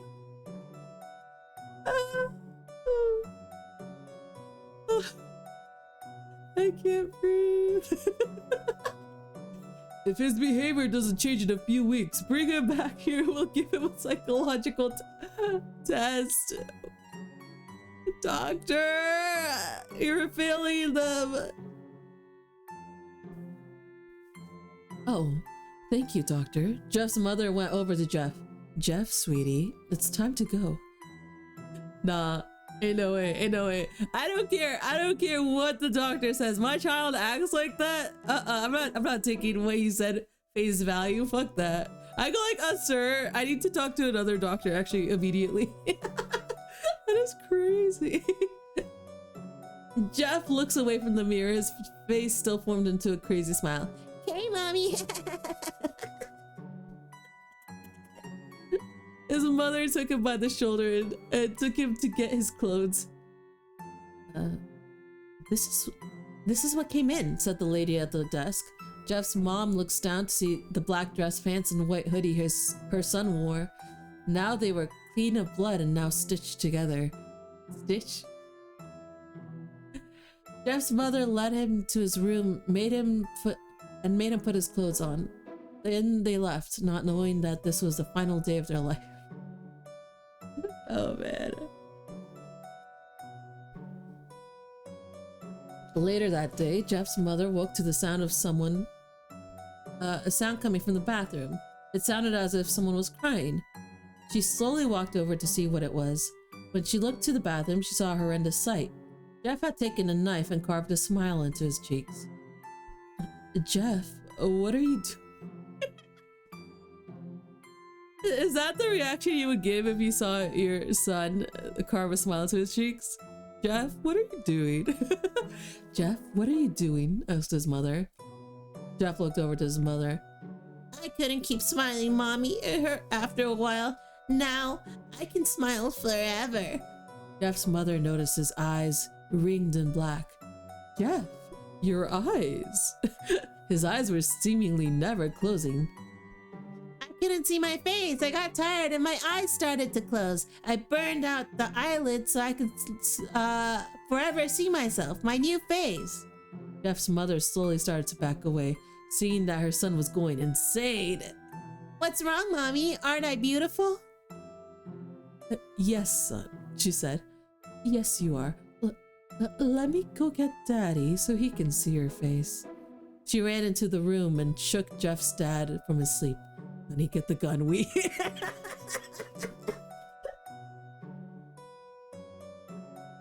Oh my god. Honey, get the gun is insane. I'm dying. She stopped as she saw Jeff at the doorway holding a knife. Mommy, you lied. That's the last thing they hear as Jeff rushes them with a knife, gunning both of them. Hey, you didn't give your dad a chance. Maybe he wouldn't have gotten a gun. He was just waking up. You don't know what he would have said, huh? His brother Lou woke up, startled by some noise. He didn't hear anything else, so he just shut his eyes and tried to go back to sleep. As he was on the border of slumber, he had got the strangest feeling that someone was watching him. He looked up before Jeff covered his mouth. He slowly raised a knife, ready to plunge it into Lou. Lou thrashed here and there, trying to escape Jeff's grip. Shh, Jeff said. Just go to sleep. Oh man.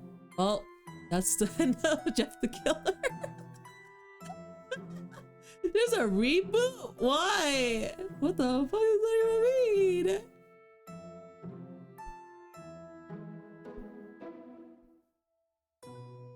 Oh my god, they rewrote it. I don't know. I'm not gonna read it. We just read it.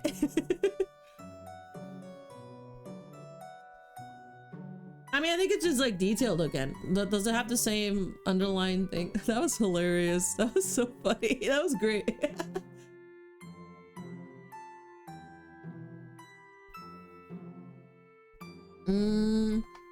Oh wow. Okay.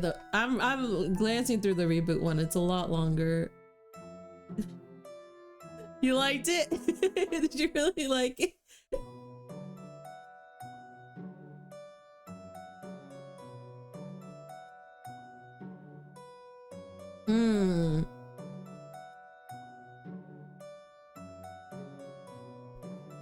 Okay, in the reboot, he doesn't kill his brother. Oh man, these comments. Oh god, I'm not gonna say anything because people can't help themselves. I'm not gonna say anything. Whatever. People are weird sometimes. That's what I'll say. Yeah, that was really good. Okay. Maybe we'll save the reboot for later. Maybe we'll revisit it. I don't know. I'll put it somewhere else. But I don't know if anything could. If the reboot is better, that makes it worse in a way, because this is so funny. Okay. And then it's talking about influences and stuff. Okay. That was great. Right. So next, naturally, we should probably read Jeff the Killer versus Slender Man, right? That's the natural progression of things, I think. Oh man. Okay.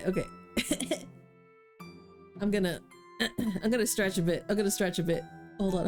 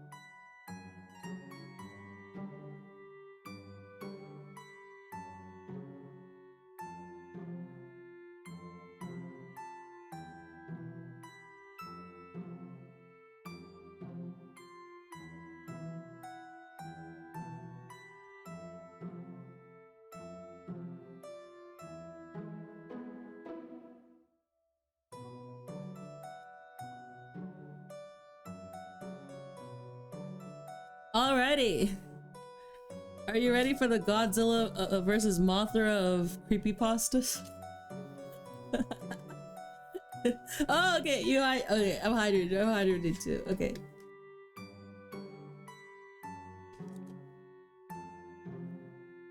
Just got an 8.47 on creepypasta.com.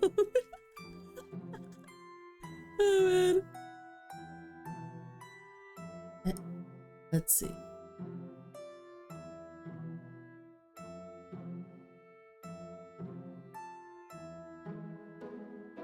It's pretty old.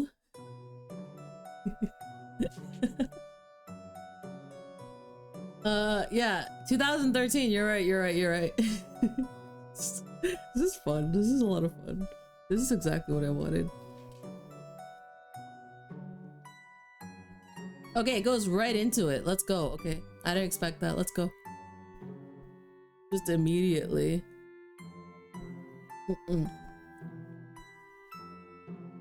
Okay, who's it written by? Does it have credits? Don't tell me the credits are in the end. Come on. Who wrote this? Dylan R. Okay, Dylan R wrote this. Thank you. Okay. Okay.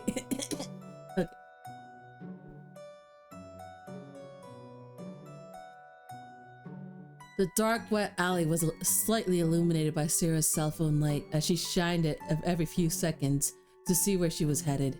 Her eyes scanned the darkness and she shook crazy. Wait, hold on.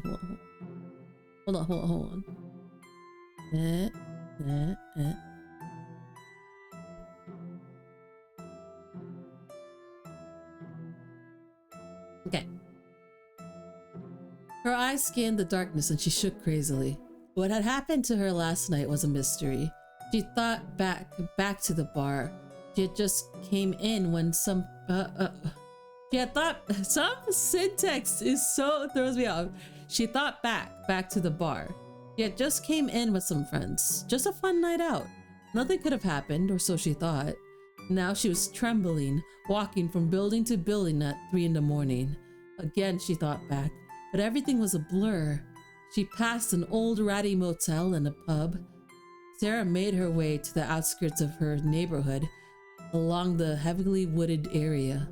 She walked, she clenched her eyes shut tight for moments at a time. She was huddled in her coat for warmth as the cold rain covered her for what seemed like an eternity. Just as her eyelids took cover of her eyes, something shined out of the corner of her eyes. She instantaneously flashed her eyes open once again, and her pupils became wide. She looked around. Nothing stood out in the blackness and rain. She spun around and continued her way back, hoping she would make it home. As she studied her surroundings, she remembered a shortcut that she took as a kid when playing hide and seek with her childhood playmates. It involved climbing through the woods. The cold woman... the cold woman, yeah. The cold woman hesitated, but it came to a decision that anything that would get her to a warm home quicker is better way. Sarah headed towards the forest. Oh no, not the forest! Slenderman lives there! As she made her way in, the first tree she laid eyes on had been marked. What was unmarked on the tree mystified her. What looked like a circle with an X inside. She knew nothing of its origin or meaning, so she just assumed that this was kind of a gang symbol or something of the sort. Making her way into the forest, she recalled the fun times she had as a kid. She thought to herself out loud, I miss those times, back when the world wasn't bad. Her voice trailed off. A bad place? Sarah heard the loud crack of a tree branch off into the distance behind her. Terrified, she began running through the woods, and she soon became lost. She continued on anyway, hoping for a way out. A lack of caution quickly resulted in her leg being caught in a near-lying root as she fell to the ground. Attempting to get up caused her even more pain. She had twisted her ankle. Somebody please help me, she called out. The crunching of leaves became present once again. She attempted to stand up and run once again, but her injury kept her in one place. She clenched her eyes shut out of fear, and as she opened them again, a tall white man dressed in the suit stood before her. She had become visually impaired at the sight of this man. She began screaming in terror, but was soon silenced by the slender, pale man, or some might say the slender man, that stood before her in the dark. 4 o'clock. What once was a young boy now was a cold-blooded psychopath. Jeff the killer had just finished what he called his daily rounds. The slaughter of innocent people. This was almost all that flooded Jeff's mind. He dragged his feet up to the wet cement as he entered what he... So he's just a killer, right? That's it? That's all he does? And he can punch people's hearts, I guess, to death. He dragged his feet up to the wet cement as he entered what he had called his home for years. Jeff stepped foot into the world of tragic memories, clutching 2 whiskey bottles in hand. In each hand? Jeff had become a drunken killing machine. No, Jeff! Not another vice. His brain was filled with the sight of murder. One thought that did cross his psychotic mind had been there since day one. As the rain hit the weary house, Jeff began to recall the night in which he slaughtered his entire family. He chuckled at the thought. If it wasn't for his insanity, he may have thought about regret, remorse for taking the lives of the people he once loved. But that wasn't possible at this point. Jeff was out for one thing and one thing only: death. Not murder? 5 or 6 in the morning? 5:06 in the morning. He took another swing at his alcohol. What the fuck am I sitting here for? Jeff bust. I don't fucking know, bro. As he got up to make his way into the night, he swerved a bit and took another I guess he's gonna be drunk when he fights Slender Man. Slender Man should win, right? Hands down. If you're drunk, you're impaired. I'm sorry. Does that make it faster or something? Alcohol hit his warm, bloody lips. That must hurt. I don't know. And he felt an odd sensation. A sudden urge had hit him. He stood in the room, gazing out at the forest beyond the house. Jeff checked his pockets, cigarettes, a lighter, and of course, his knife. I hate Jeff. I hate Jeff. He sucks. Why do they make him like so quote-unquote cool? I hate it. Jeff knew that something wasn't right. The feeling he got was a mix of the urge to kill again and something far different than what he had ever felt before. Well, what is it? What is it? What is it? Tell me. Man, this is hilarious. I hate this. He stormed out of his home into the cold, wet night. Jeff was now in a dark street, his only light source being a lamp illuminating the road. The rain, still pouring, hit Jeff's back. He started to move in the direction of the forest. He struggled a bit. His alcohol consumption that night had been extremely high.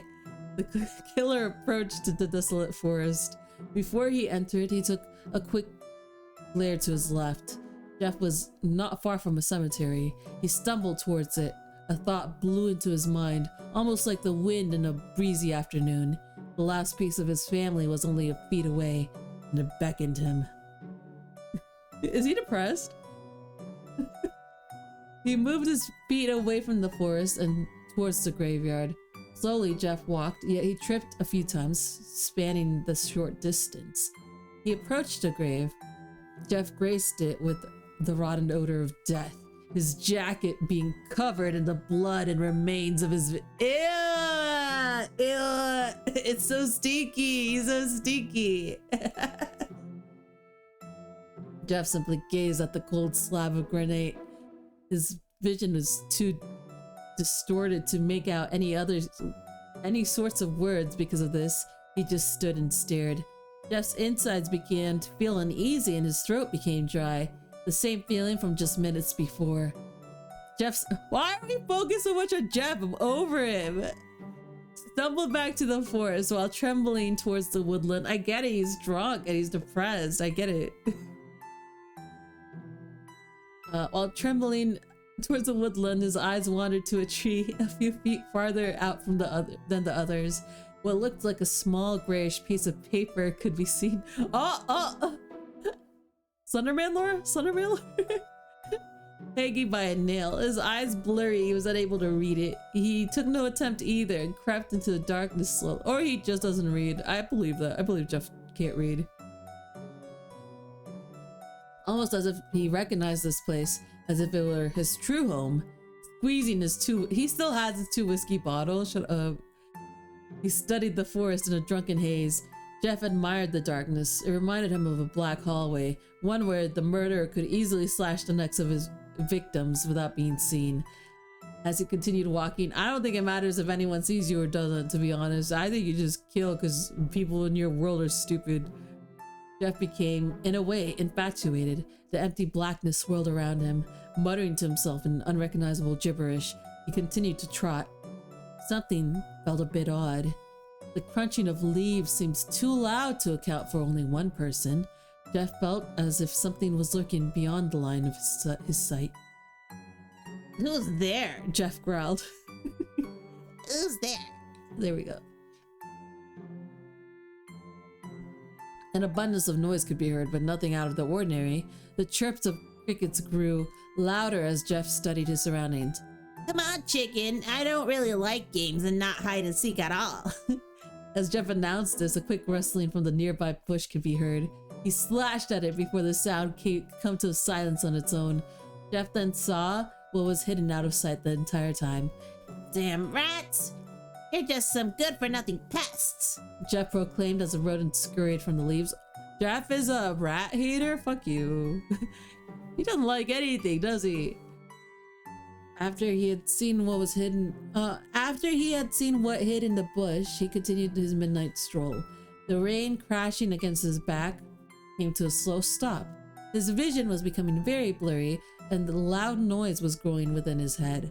What it could be heard was just a figment of Jeff's insane imagination, where the woods were completely silent.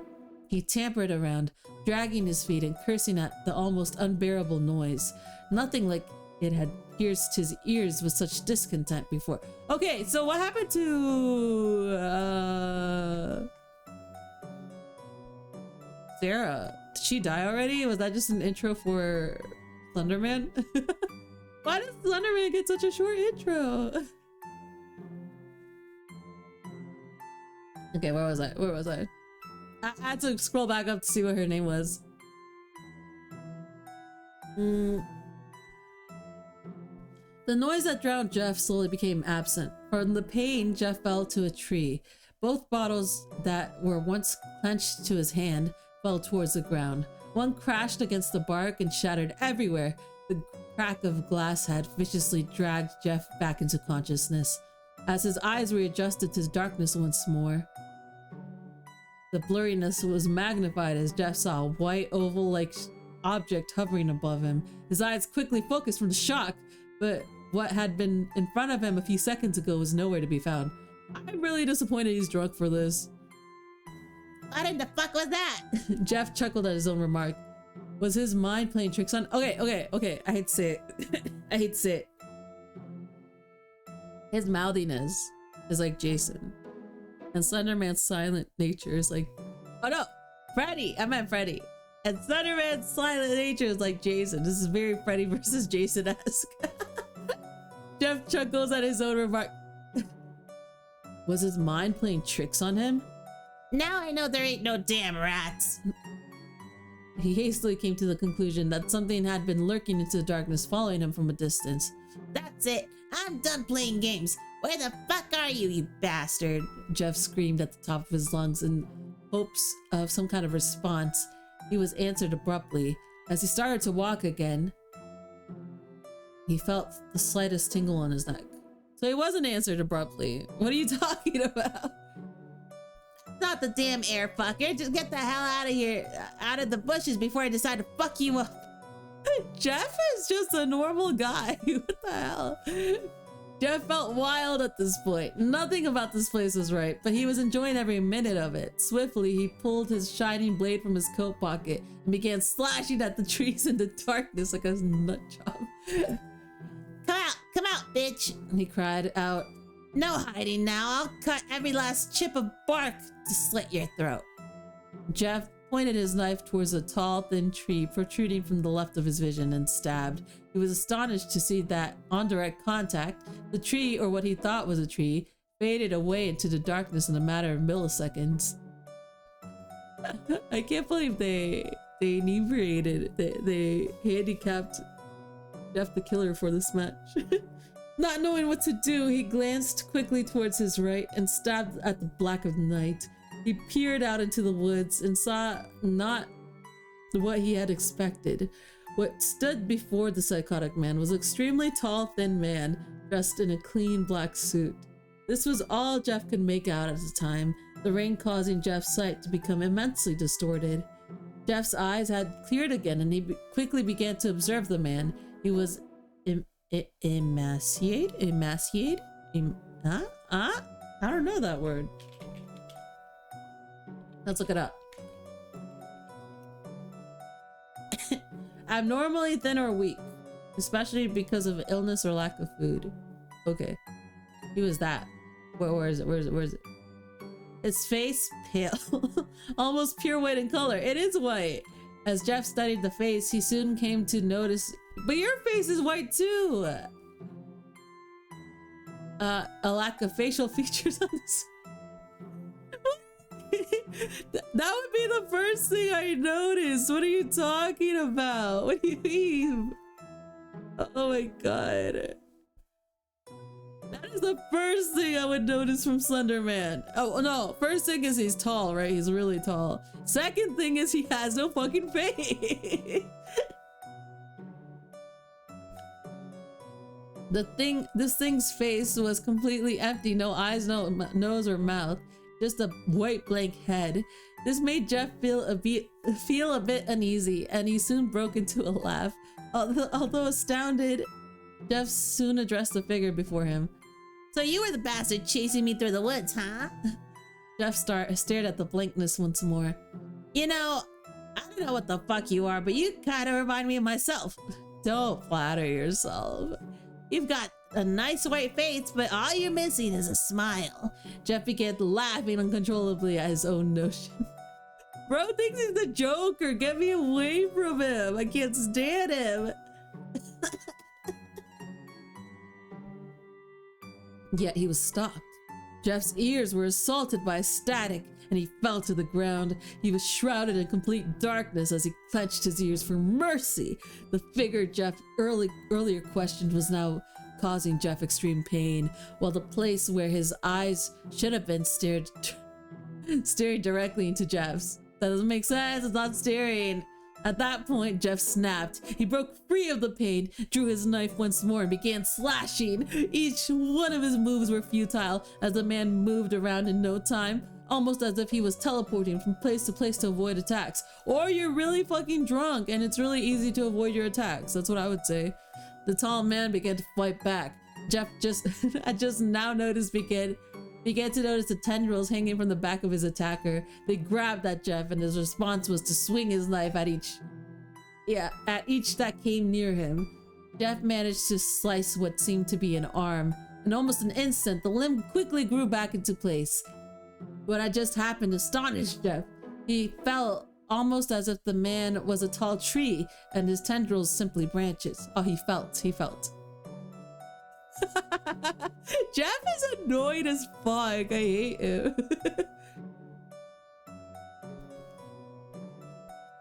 He just was born too early for the Joker movie, and if he was born during that time, he wouldn't have killed. He would have just gone like me for real, and then he would have moved on with his life. I think that's what would have happened, and then he would have still had his brother. That's the moral of the story. The Joker saves lives, I guess. Anyways, where were we?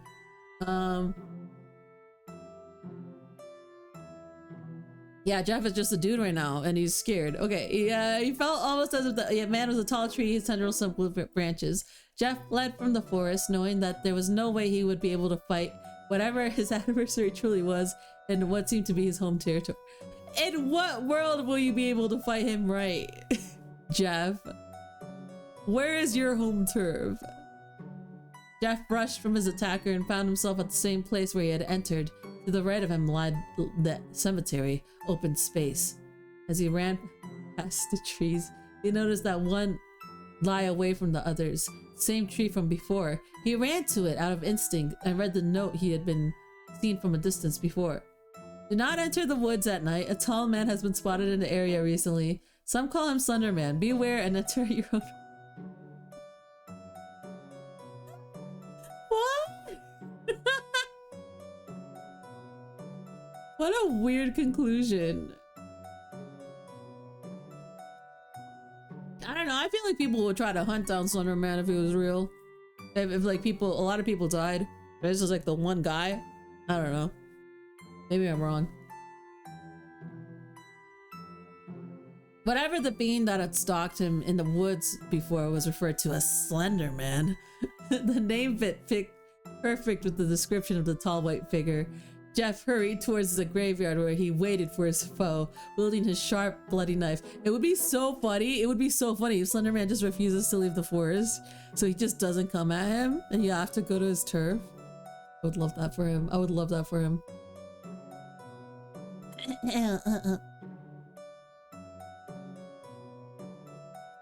He doesn't even clean his knife. He doesn't clean his jacket or his knife. I just realized. Jeff's wish had been granted as the Slender Man approached from the woods. It seemed as if it was hesitant to leave its home court. Despite its hesitance, it left the area anyway and quickly rushed towards Jeff. The psychopath's instincts started to come back. And no, it didn't. He's drunk. Stop lying to me. He's like way drunk. It said he drank so much alcohol. It said he drank obnoxious amounts of alcohol. Whatever. Whatever. He jumped towards the tall man. Jeff was quickly grabbed by his enemy and thrown against a nearby tree. Jeff proceeded to swing again at the tendrils that had grabbed him. He was able to slash at one of Slender Man's main arms. Blood oozed from the deep cut. The white figure showed no emotion and began snatching at Jeff once again. Now Slender Man's beating him in his home turf. There you go. His awake court. As he continued to smash Jeff against the trees and slabs of rock, Jeff's knife slipped from his grip and he fell to the ground with Jeff. Colliding in the ground, Jeff's knife slid into his own stomach for a matter of seconds. Blood poured from the wound, and soon the ground was covered in a red liquid. He stood up with a jolt. Is that the best you got, Slendy? I've taken worse beatings from my father's belt than your weak twig arms. Dude, you stabbed yourself. Right? If I read that right, Slender Man didn't even do anything to him. He just stabbed himself. The Slender Man remained silent, but continued fighting. The man reached for a piece of granite from the tombstone. Granite? But before he could take a hold of it, Jeff jerked the knife from his own gut, and flung it directly at Slender Man. Jeff's accuracy was precise and it sliced off one of the man's limbs. Slender Man's left arm was completely gone as it fell to the ground with a thud. It was quickly met by the thick blood that barraged from his shoulder. It was completely drenched in blood. Slender Man's briskly disappeared into the darkness, but illuminated behind Jeff. In his right hand, he held a broken piece of granite that he proceeded to slam on the side of Jeff's head. Jeff fell to the ground once again, almost knocked unconscious. It is. It's so silly goofy. And I just don't think Jeff would have a chance. I really don't. I really don't think he has a chance. He was not left there for a long before he was seized by his assailant and thrown against a grave. The stone exploded on impact with Jeff. Standing up again? He's also drunk. Why did you make him drunk if it's not relevant anymore? Jeff's eyes focused on the name of the grave. As his eyes crossed the name on the granite, his black eyes widened. The words written across the gray slab were recognized by Jeff in an instant. It read out his brother's name, Lou.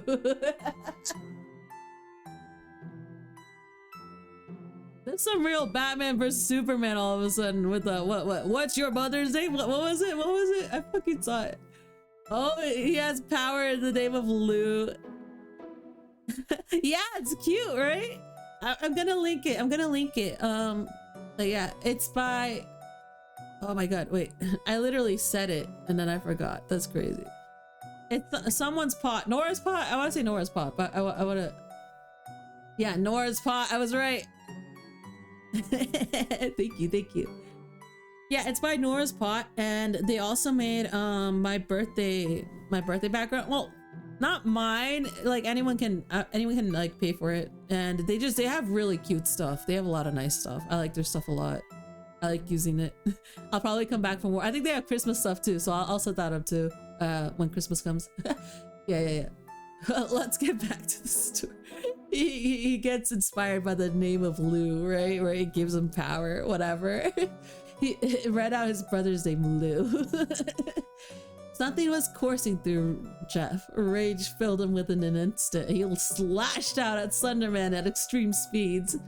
Jeff's knife was slashing through his suit as well as his pale skin. Slenderman began teleporting towards the forest. Come on, bitch, I'm not finished with you yet, Jeff hollered. I want to help you get to sleep, Randy. You look awfully tired.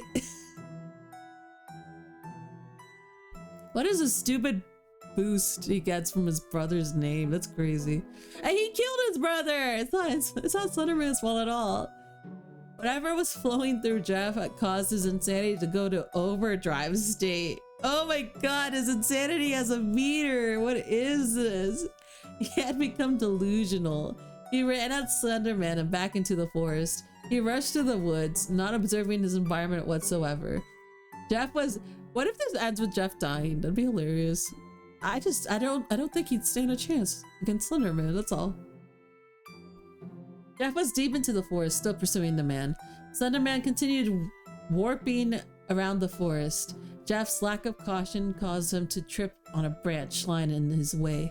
As he crashed into the ground, shards of glass pierced at him, and the contents of his pockets were thrown out. His items scattered the ground. As Jeff looked up, his mangled, bloody face, the sense of alcohol graced him. Jeff knew that he had been there before. He had fallen on this tree and dropped this bottle. Jeff desperately searched the ground for his knife. He felt his hand grab hold of something warm. What he had hoped was his blade. Jeff had grabbed his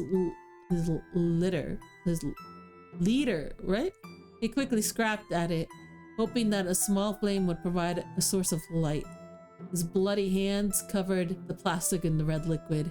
After many desperate attempts, a small orange flame was produced. Where is this going? This is not... This forgot to be horror. Okay. Before he could make another movement, Slenderman appeared before him. The smooth white face that he had seen before was now covered in slashes and dark blood. Fellas, is it gay to fight? Fight to the death? Even though he looked hurt, Slenderman remained strong. Jeff's grip on the leader? L-I-T-E, what is that? What is that? I thought that was like a... What is it? Yeah, metric unit. What do they mean on the leader? Whatever. Oh, yeah, okay, I think you're right. On the lighter became loose. Yeah, there it is. It's really spelled like the unit, like leader. His blood had caused friction between it and his hand. The small blaze dropped towards the ground. Intense flames scorched as the lighter hit the ground. It's lighter. It's definitely lighter. Both adversaries fled away from the flame. Before either of them could put distance between themselves and the flame, it was ignited by the alcohol. Again, Jeff? What is it with you and alcohol and burning? That soiled from the ground. In a matter of seconds, the forest was burning from the ground up. What? Why?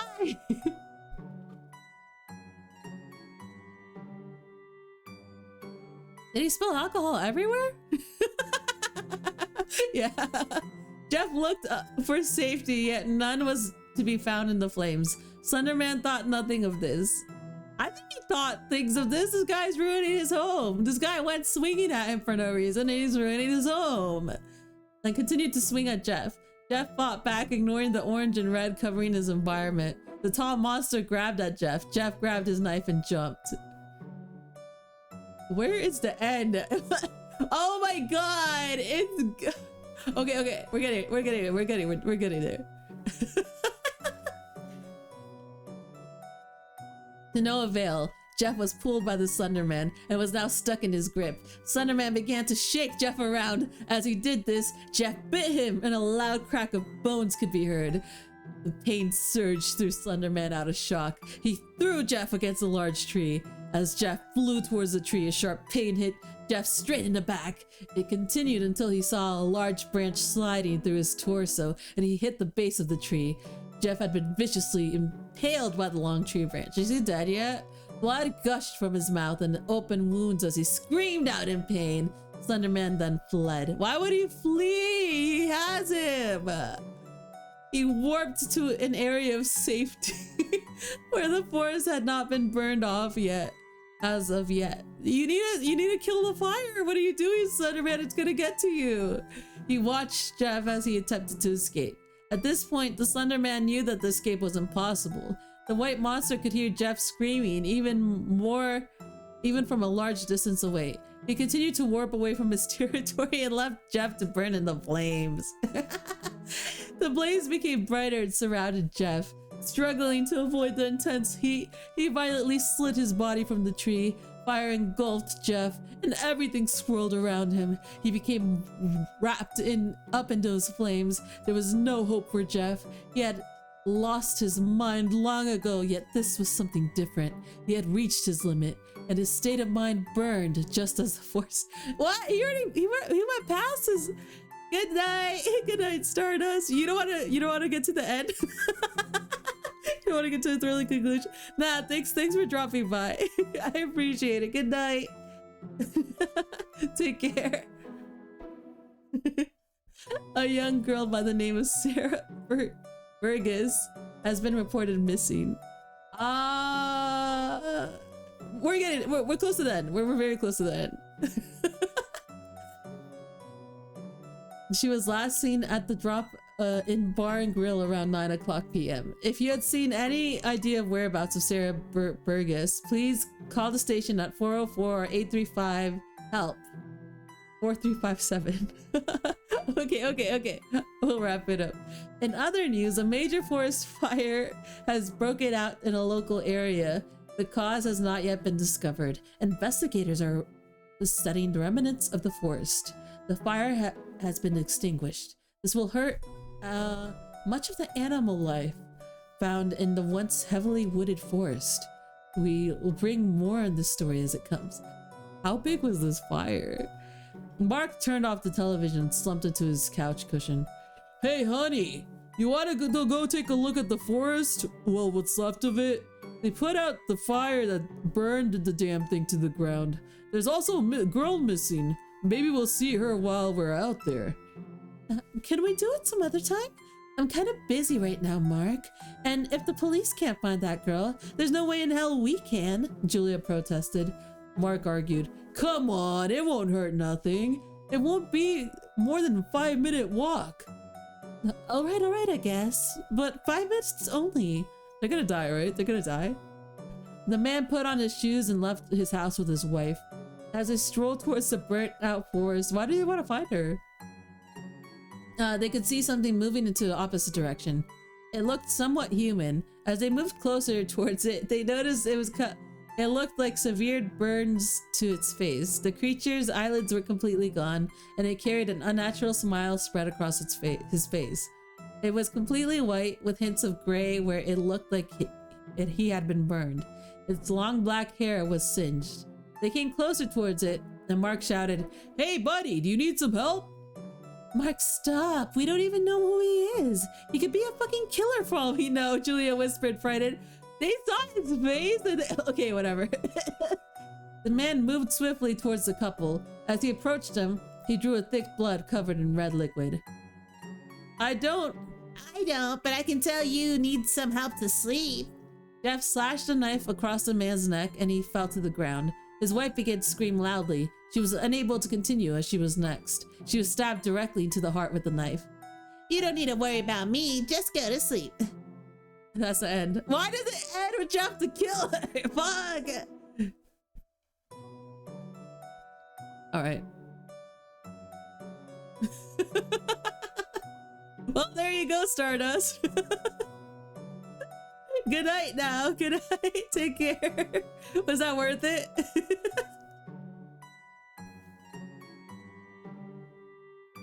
Yeah, this is so crazy. Yeah, Jeff is telling you to go to sleep. Right. Exactly. Oh man, that's so funny.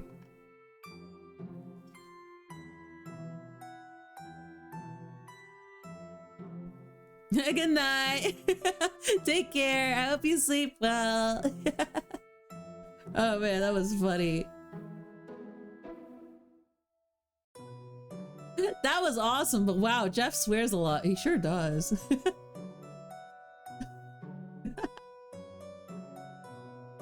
This is like the ending of Freddy vs. Yeah, I said that. It has remnants of it. Right. That's what I thought. I thought that too. All right. Let's read Hula's phone. I feel like reading Hula's phone. Hula's phone. Yeah. I think if you put it to the lowest rating, it comes up. Yeah, 6.27. You guys are not nice to it.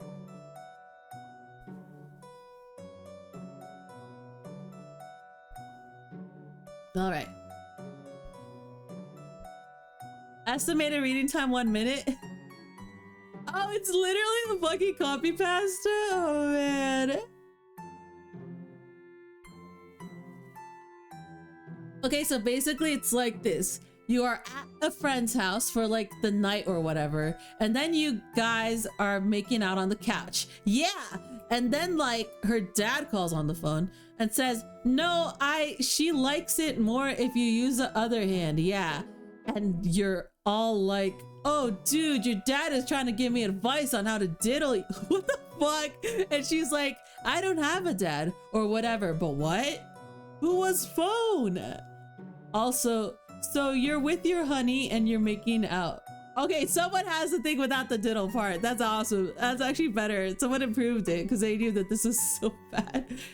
So you're with your honey and you're making out when the phone rings. You answer it and the voice is, what are you doing with my daughter? You tell your girl and she says, my dad is dead. Then who was phone? That's a better version. There you go. You got both versions. But there's one even lower than that. It's a 5.26. Damn. Let's see. I want to read the fucking Lavender Town Syndrome's listed here too. Okay, I want to read the lowest marked story. Is it really fast? 2 minutes? Okay, it is really fast. In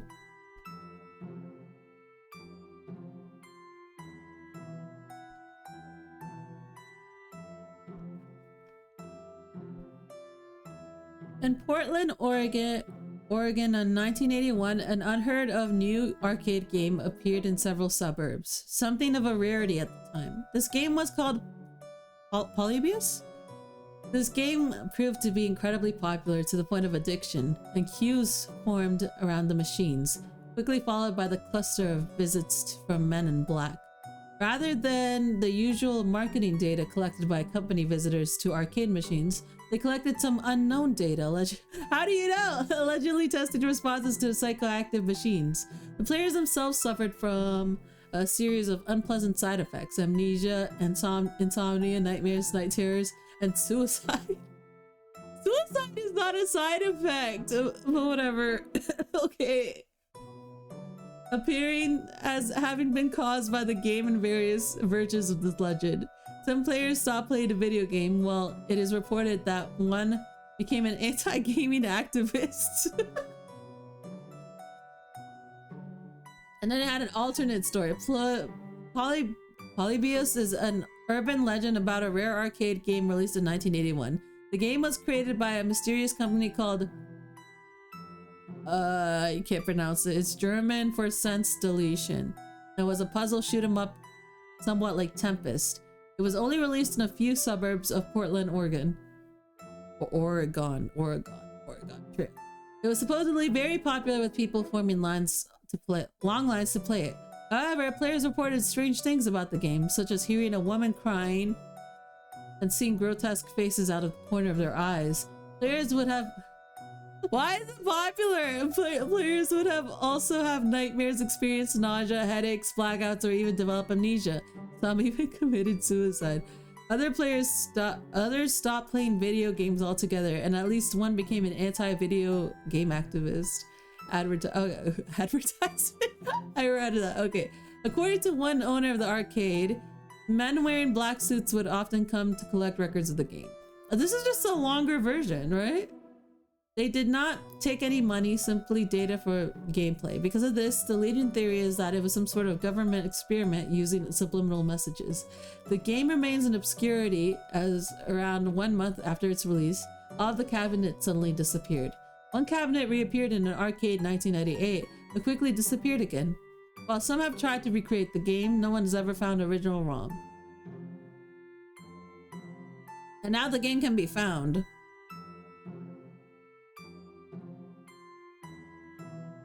And you can download it. I don't know about downloading anything. But okay. But what if I look it up? Like, what would they even put? What would they even put as a game?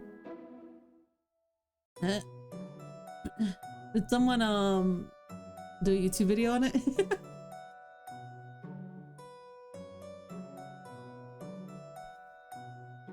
Nah. Enter the world and download the software yourself. And then it shows a fucking screenshot of Bart Simpson.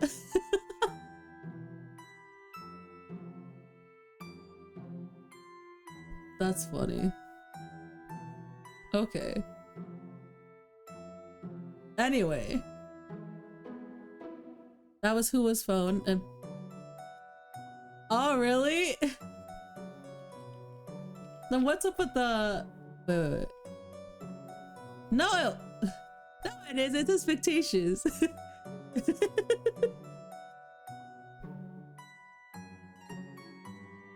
Oh, there's a game on Steam though now. I'm sure it was made because of that or whatever. Oh, it looks cute. What? It looks fun. Anyway. Alright, Russian sleep experiment, Ben drowned, Candle Cove. Do you have another story you'd like?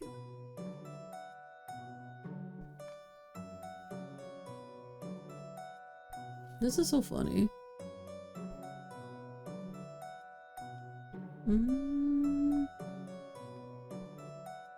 I can't believe Ben drowned is 9.06. Is it really? Is it really? Is it really higher than Slenderman and Jeff the Killer?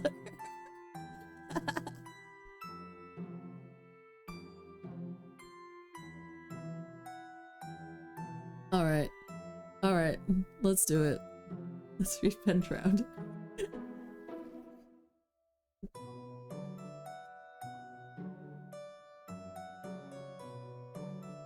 Alright.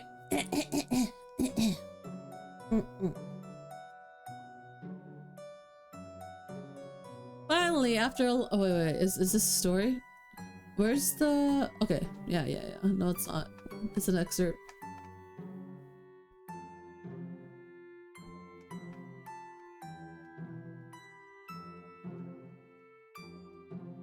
There are 4 parts to it? What the hell? Wait, who wrote it? I need credits.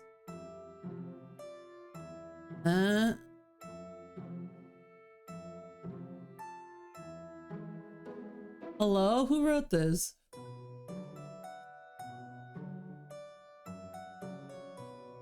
I don't see it.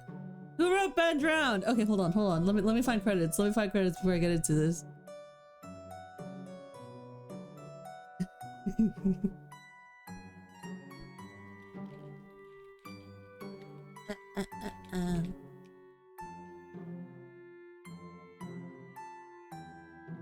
Okay, it's written by Alexander Hall. Or Jedusable? Alright, let's get started. Ready? Ben Drowned, Part 1, Day 4. Wait, it might be more than 4 parts.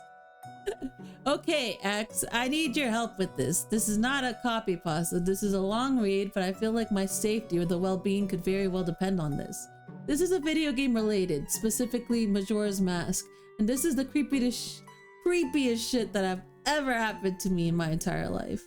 Having said that, I recently moved into my dorm room starting as a sophomore in college, and a friend of mine gave me his old Nintendo 64 to play. I was stoked, to say the least. I could finally play all of those old games of my youth that I hadn't touched in at least a decade. His Nintendo 64 came with one yellow controller. What the hell?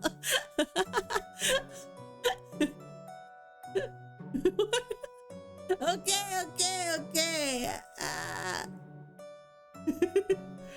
You don't like Ben Drowned? What? Just say it. Oh man. Where the hell was I? Okay.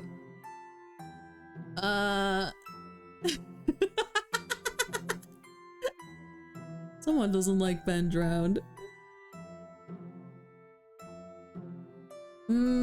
I could finally play all of those old games of my youth that I hadn't touched in at least a decade.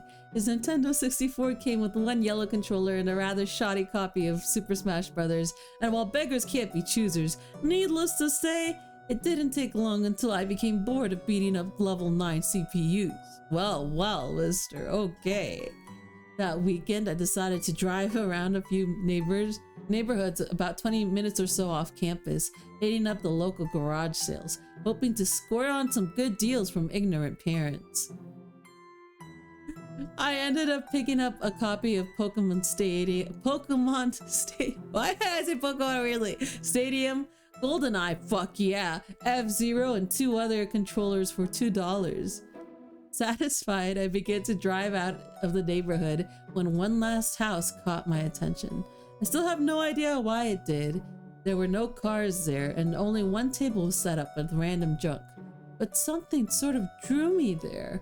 I usually trust my gut on these things, and so I got out of this car and I was greeted by an old man. His outward appearance was, for lack of a better word, displeasing. It was odd if you asked me. To tell you why I thought he was displeasing, I couldn't really pinpoint anything. There was just something about him that put me on edge. I can't explain it.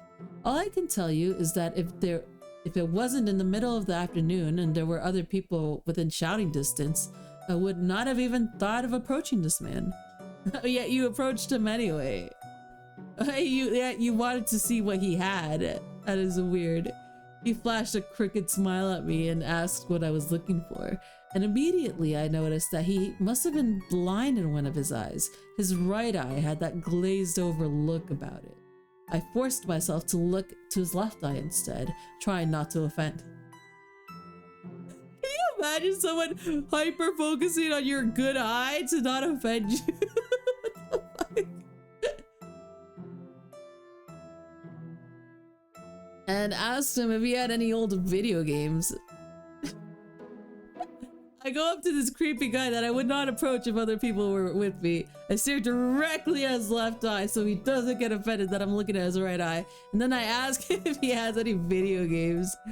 I was already wondering how I could politely excuse myself from the situation when he would tell me he had no idea what a video game was. But to my surprise, he said that he had a few ones in an old box. He assured me he'd be back in a jiffy. And turned to head back into the garage. As I watched him hobble away, I couldn't help but notice what he was selling on his table. Littered across his table were rather peculiar paintings, various artworks that looked like ink blots that a psychiatrist might show to you. Curious, I looked through them. It was obvious why no one was visiting this guy's garage sale. These weren't exactly aesthetically pleasing. As I came to the last one, for some reason, it looked almost like Majora's Mask. The same heart-shaped body with little spikes protruding outward. Initially, I just thought that since I was secretly hoping to find a game at these garage sales, some Freudian bullshit was projecting itself into the ink blots. But given the events that happened afterwards, I'm not so sure now. I should have asked the man about it. I wish I would have asked the man about it. Didn't he already find like 3 games or something? What the fuck? And like 2 controllers? This man's just greedy. After staring at the Majora-shaped blot, I looked up and the old man was suddenly there again, arm's length in front of me, smiling at me. I'll admit I jumped out of reflex. Red! Red! Why don't you like Ben Drown? Let me read Ben Drown. Where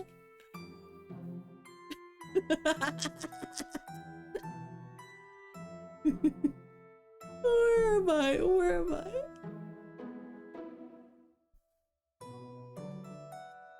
And I laughed nervously as he handed me a Nintendo 64 cartridge. It was a standard gray color, except the moment that someone had written Majora in it.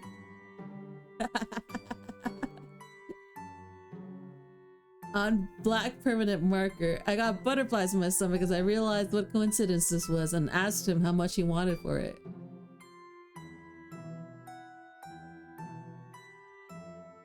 Is it like bootleg? Do you think it's bootleg? Obviously. The old man smiled at me and told me that I could have it for free. That it used to belong to a kid who was about my age that didn't live here anymore. There was something weird about how the man phrased that, but I didn't really pay any attention to it then. I was too caught up in not only finding the game, but getting it for free. At a garage sale? You deserve what's happening to you. I reminded myself to be a bit skeptical since this looked like a pretty shady cartridge, and there's no guarantee it would work. Okay, thank you. I'm gonna drink water. Yeah. Okay, thank you. Okay.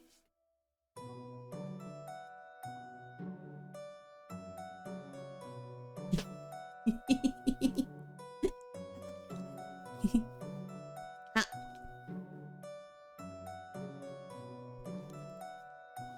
More head pats.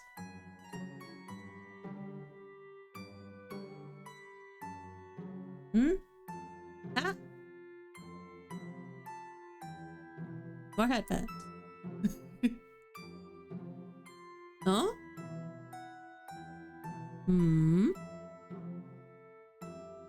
Okay, I'll go stretch then. I'll go stretch. No head pats now.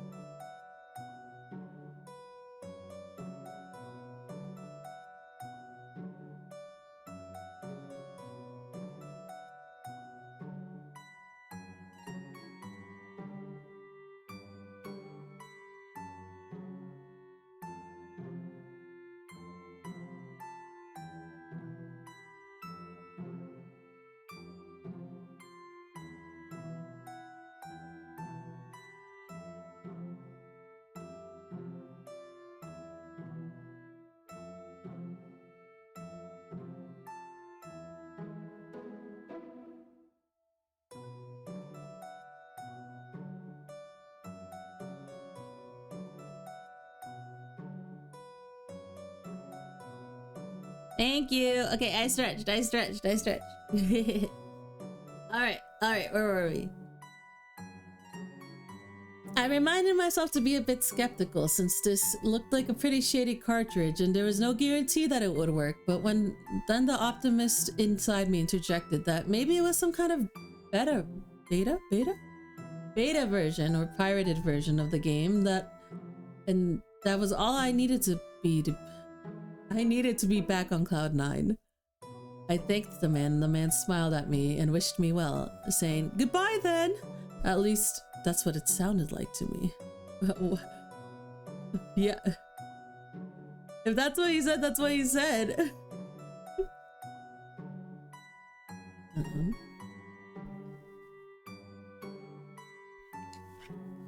All the way in the car ride home, I had a nagging doubt that the man had said something else. Okay, what could he say that's not goodbye then? That sounds like goodbye then. Go die then? That's probably it, right? That's the only thing I can think about.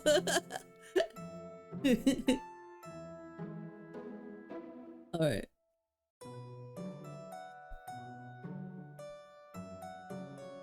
I had a nagging doubt that the man had said something else. My fears were confirmed when I booted up the game. To my surprise, it worked just fine. And then there was one saved file named simply Ben. "Goodbye, Ben," he was saying. "Goodbye, Ben." Oh, okay. I felt bad for the man, obviously a grandparent and obviously going senile, and I, for some reason or another, reminded him of his grandson, Ben. Out of curiosity, I looked at the save file. Eyeballing it, I could almost tell that he was pretty far into the game. He had almost all of the masks and 3/4 remaining of the bosses. Oh man. I noticed that he had used an owl statue to save his game. He was on day 3 and by the Stone Tower Temple, and with hardly an hour left before the moon would crash. I remember thinking that it was a shame that he had come so close to beating the game, but he never finished it.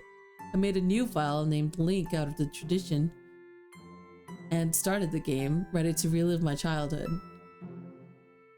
If I got a game and it had someone else's name in it and it wasn't complete, I don't think my immediate thought...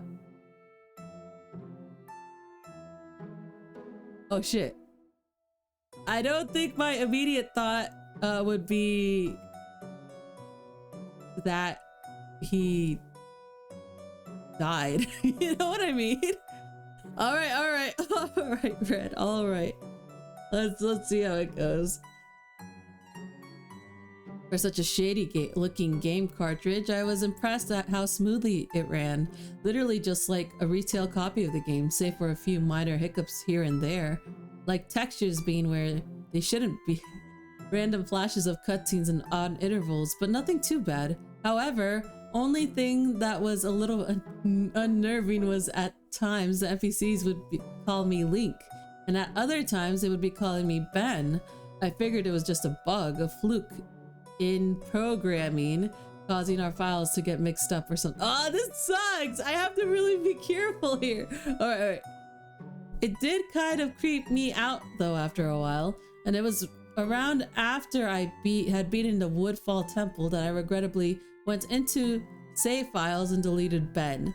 I had intended to preserve the file just out of respect for the game's original owner. It's not like I needed 2 files anyways. Hoping that would solve the problem. Solve problems. Okay. I'm focused. It did and it didn't. Now NPCs wouldn't call me anything, where my name should be in the dial. This is hard. Okay. I got you, Red. You banned it. Oh man. Now NPCs wouldn't call me anything, where my name should be in dialogue. There was just blank space. Thanks, Porsche.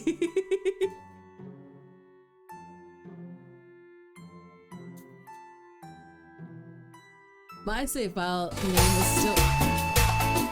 Let's go!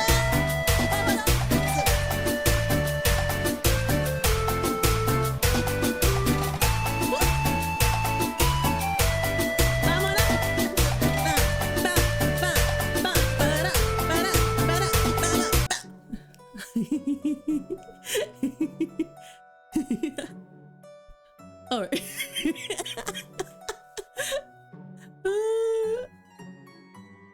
save file name was still called Link though.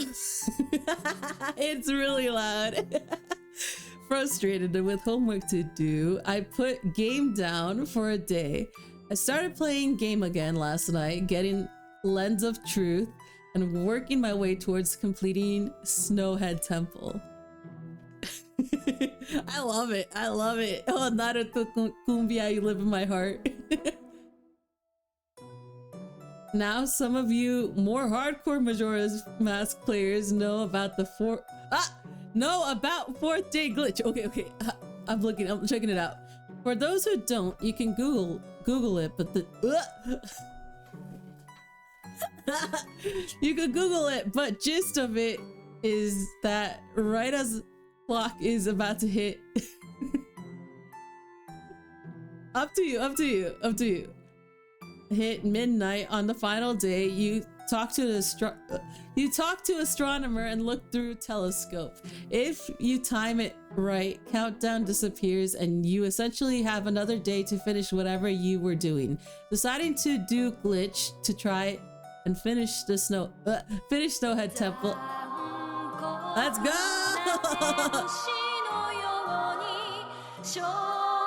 Are you ready? Are you ready?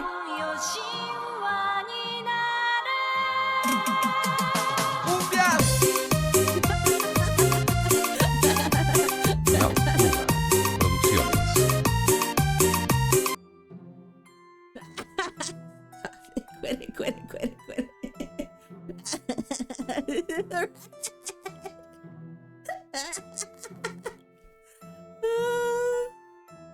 Man, that cumbia should be long.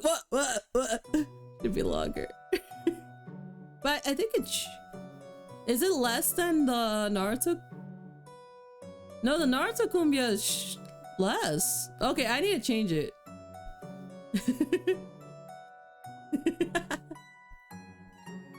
No, don't blood me. Don't blood me. I need to change up the Evangelion cumbia. I think it was longer. They probably cut it out for whatever reason. So I should switch to Evangelion with Naruto for channel points. Because it's shorter. But yeah. Anyway, let's keep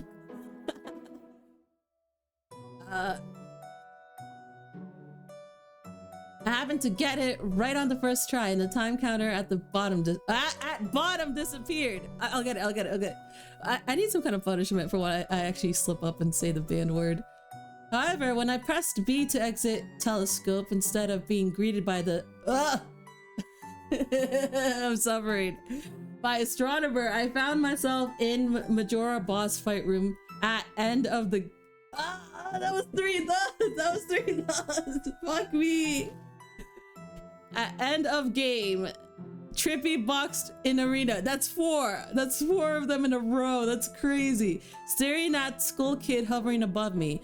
There was no sound, just him floating in air above me, and background music, which was regular for area. I'd have to buy the shock collar. But still creepy. Immediately, my palms began to sweat. This was definitely not normal. Skull Kid never appeared here. I tried moving around the area.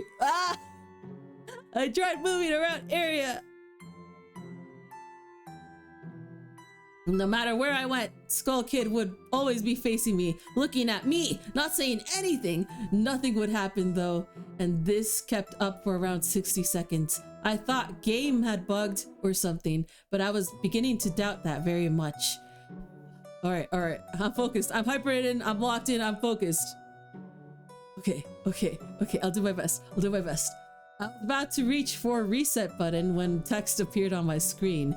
You're not sure why, but you apparently had a reservation.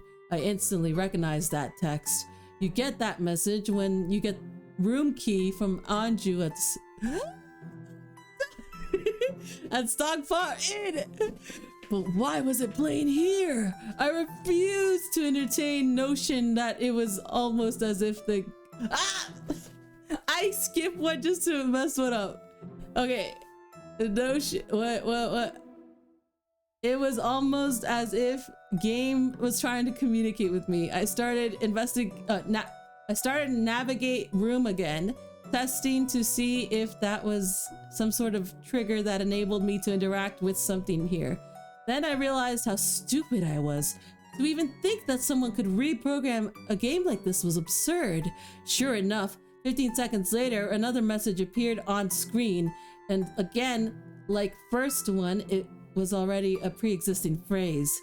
Go to lair of the temple's bosses? Yes, no? I paused for a second, contemplating what I should press and how game would react when I realized that I couldn't select no. Taking a deep breath, I pressed yes, and screen faded to white with words dawn of a new day.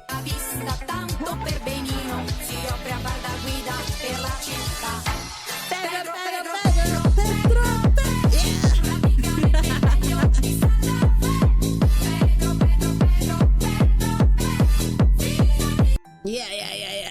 Fuck yeah. Oh, man. Pedro.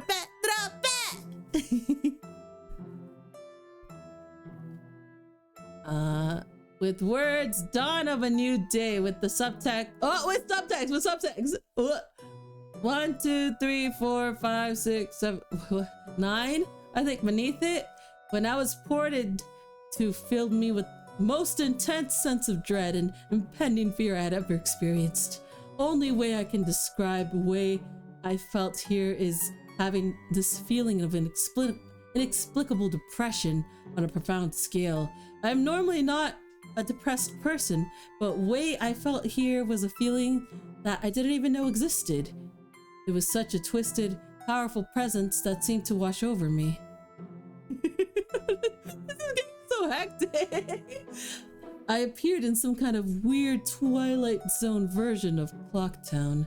I walked out of Clock Tower, as you normally do when you start from day one, only to find that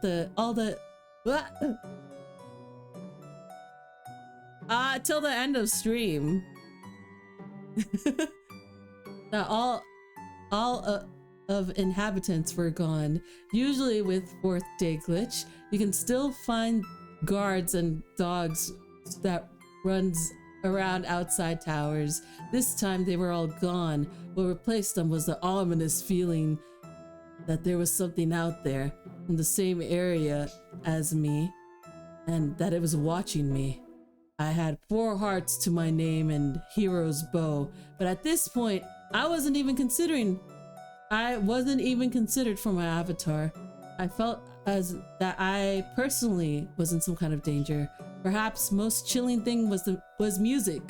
It was Song of Healing, ripped straight from game itself, but played in reverse. The music would get louder, building up so as if you should expect something to pop out at you, but never did. Nothing ever did. And constant loop began to wear on my mental state. If I actually enacted, I'm trying my hardest.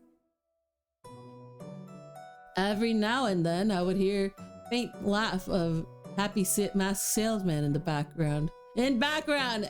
Just quiet enough so that I wasn't sure if I was just hearing things, but just loud enough to keep me determined to find him. I looked in all 4 zones of Clocktown, only to find nothing. No one. Textures were missing. West Clocktown had me walking on air. Entire area felt broken, hopelessly broken. As reverse Song of Healing repeated for what must have been 50th time, I just remembered standing in the middle of South Clocktown, realizing that I had never felt so alone in a video game before. What do you mean? What does that mean? What does that mean? I tried leaving Clocktown, but every time I attempted to zone out, screen would fade to black, and I would just zone into another part of Clocktown. I tried playing my Ocarina. I wanted to escape, and I did not want to be here. But every time I played Song of Time or Song of Soaring, it would only say, your notes echo far, but nothing happens. By this point, it was obvious game didn't want me to leave, but I had no idea why it was keeping me there. I didn't want to go inside buildings. I felt that I would be too vulnerable there to whatever I was terrified of. I don't know why, but I came up with idea that maybe if I drowned myself in a laundry pool, I could spawn somewhere else and leave this place. This is just part 1? What the hell? How long is this? As I zoned in and ran towards pool, that's when it happened. Link grabbed his head and screen flashed for a brief moment of the happy masked salesman smiling at me. Not Link, me with Skull Kid's. How do you know it's not at Link? With Skull Kid's screen playing in background, and when the screen returned, I was staring at Link's statue from playing the song Elegy of Emptiness. I screamed as Thing just stared back at me with that haunting facial expression. I turned around and ran out back into South Clock Town, and to my horror, fucking statue followed me in a way I could only compare that is like weeping angels from Doctor Who. Every so often, at random intervals, animation would play of statue appearing behind me. It was like Thing was chasing me, or I don't even want to say it, haunting me. By this point, I was on verge of hysterics, but not even once did thoughts of turning off a console occur to me.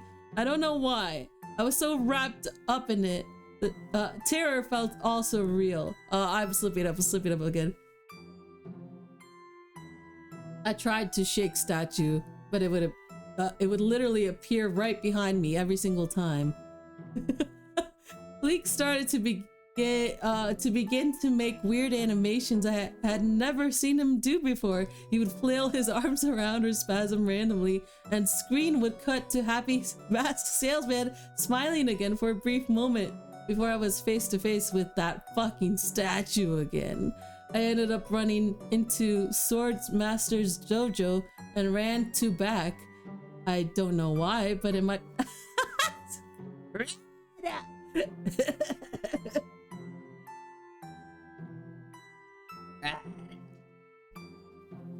Where are my headbands? If you have so many points, where are my headbands? What are you doing?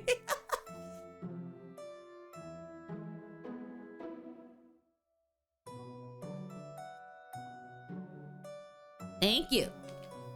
Thank you. Quit it. Quit it.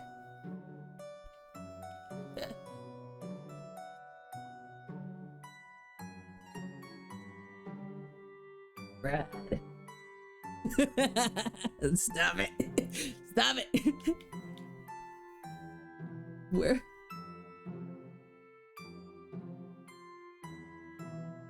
I don't know why, but in my panic, I just wanted some kind of assurance that I'm not alone here. In your video game? To my dismay, I found no one, but as I turned to leave, statue cornered me and covering the back. I tried attacking statue with my sword, but to no avail. Confused and backed into a corner, I just stared at statue, waiting for it to kill me. Suddenly, a screen flashed again to Happy Masked Salesman, and Link turned to face my screen, standing upright, the mirror.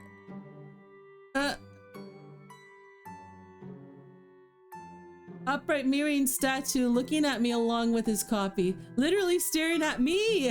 Whatever was left of the fourth wall was completely shattered when I ran out of the dojo terrified, like in real life or in the video game. Suddenly, game warped me into underground tunnel. Oh no, he's in the game. And reverse song of healing queued up again as I was given a brief moment of rest before statue started appearing behind me again, this time aggressively. I could only take a few steps before it would summon behind me again. I hurriedly made my way out of tunnel and appeared into Southern Clocktown as I ran aimlessly in a sheer panic. Suddenly, a re-dead scream and the screen faded to black as dawn of a new day and 1, 2, 3, 4, 5, 6, 7. I think it's still 9. 9 appeared again. Screen faded in, and I was standing on top of Clock Tower, with Skull Kid hovering over me again, silent. I looked up, and Moon was back, looming just meters above my head, but Skull Kid just stared at me hauntingly with that fucking mask. He hates Skull Kid. Wait, let me look up Skull Kid. I haven't played this game. I know Ben drowned. I don't know who Skull Kid is. Give me a break. Give me a break. I know how the salesman looks like though. Oh, he's cute. What? He's scared of him? What the hell? He's adorable.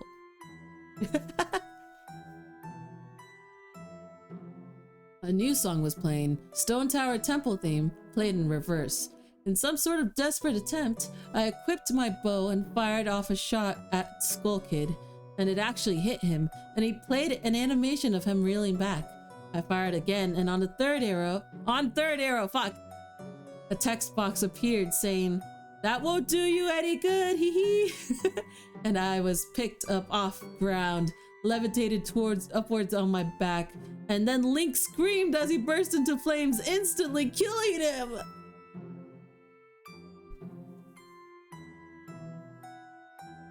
What am I reading? What is this? This is so goofy. I jumped when this happened. I had never seen this move used by anyone in the game, and Skull Kid himself didn't have any moves. As death screen played, my lifeless body still burning. The Skull Kid... Okay, is he in the game or not? Oh, my bad. Skull Kid laughed and screen faded to black, only to have me reappear in the same place. I decided to charge him, but same thing happened. Link's body was lifted off ground by some unknown force. He immediately burst into flames, killing him again. No, Link! Why are they doing this to you? This time during death screen, the faint sounds of the reverse song of healing can be heard. My third and final try. Stop playing it, bro! Stop playing it! Oh my god, I want to kill this guy.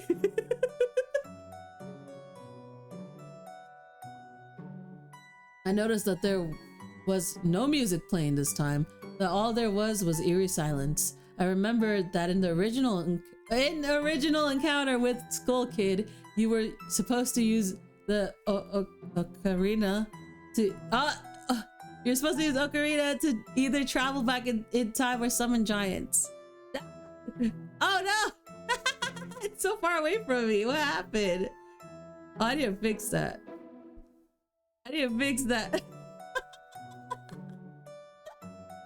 Oh, so far away. Oh man.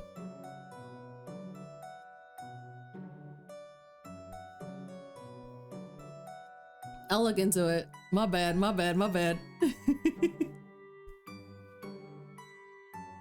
Anyway, where was I? No music. I attempted to play Song of Time, but before I could hit I was right the first time. Before I could hit last note, Link's body once again horrifically exploded into flames and he died.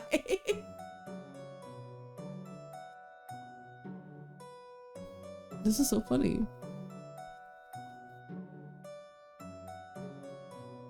How horrific can it be? In Hotline Miami, a guy gets his face burned off by like a flamed pot, like a pan.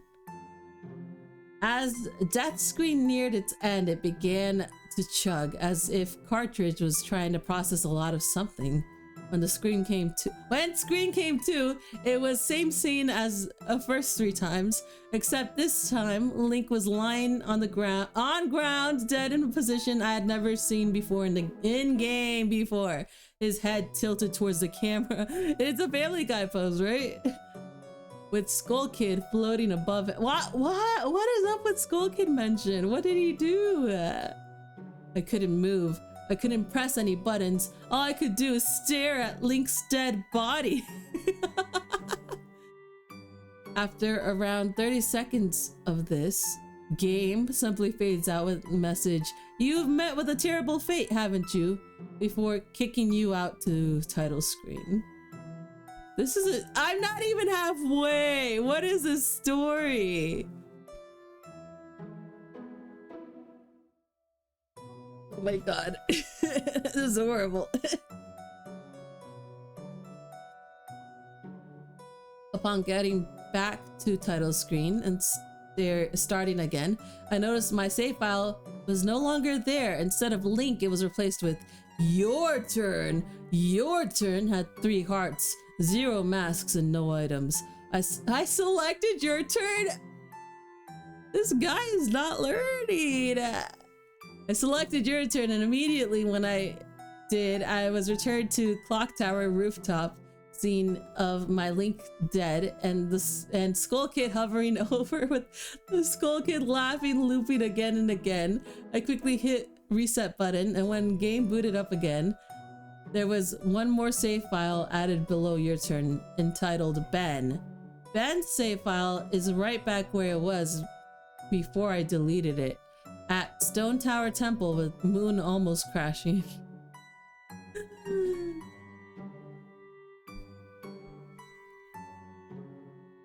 I turned the game off at that point. I'm not superstitious, but this is way too fucked up for even for me. I haven't played it at all today. Hell, I didn't even get any sleep last night. I kept hearing reverse Song of Healing music in my head and just remembering the sense of dread I felt exploring Clock Town. What dread? What dread do you have by playing video games? I don't get it. I drove back to Old Man's house today to ask him some questions with a buddy of mine. No way I was going there alone. Only to find that there's a for sale sign in the front yard, and when I rang door, no one was home.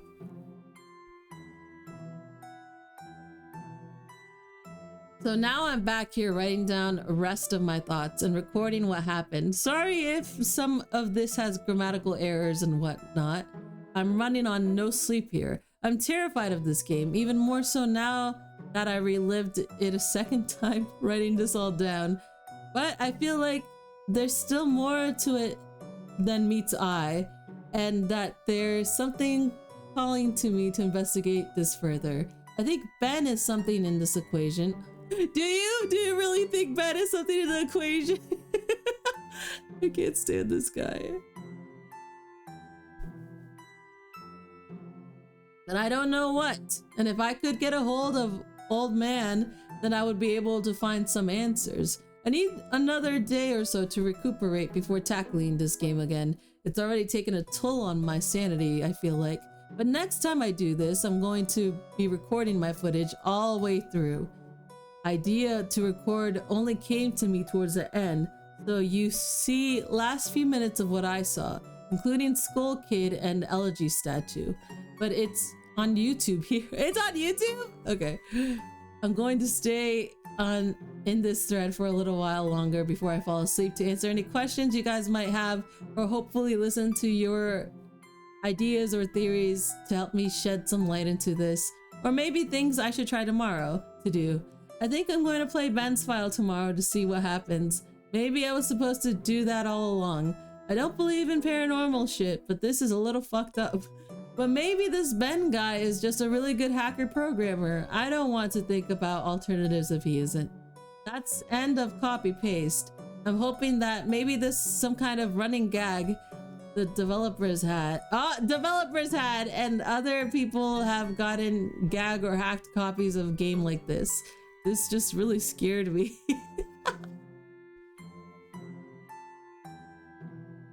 Oh my god, there's like a 5-minute clip of what happened. Probably gonna be the goofiest shit.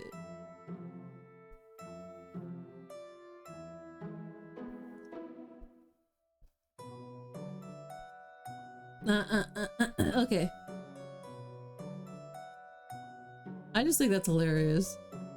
I don't know. Link's burning corpse sounds so funny.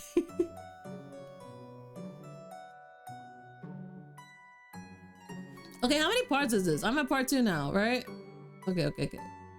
How? Oh, there's a part 3? There's a part 4? There's a part 5. How many parts? I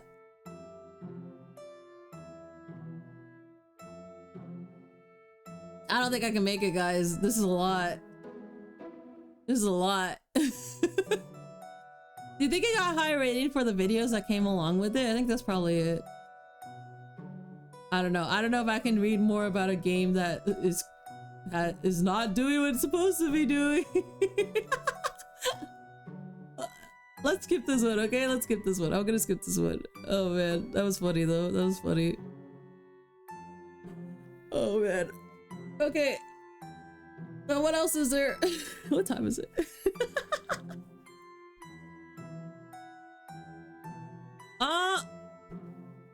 My redeem's not. It fucking crashed.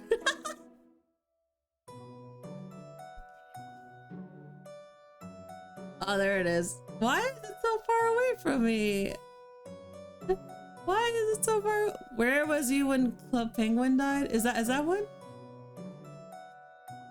Hey, you crashed me. What is up with that?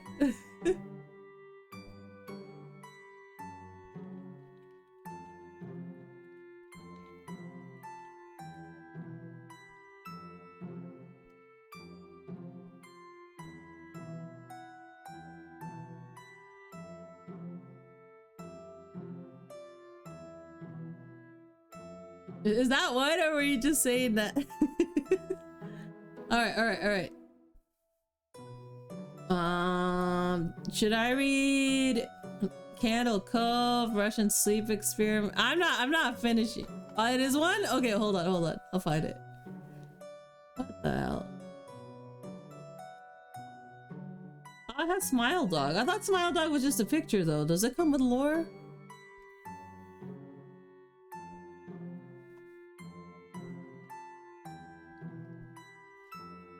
Oh, Smile Dog is one. Okay.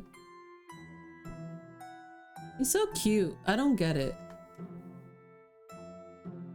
I don't get that one. It's just a cute little doggy smiling. All right, let me see. Penguin. All I see is like it says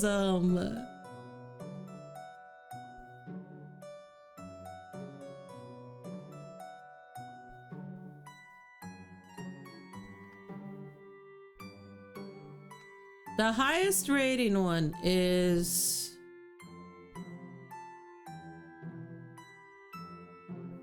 the James Curry film. Really? 9.14.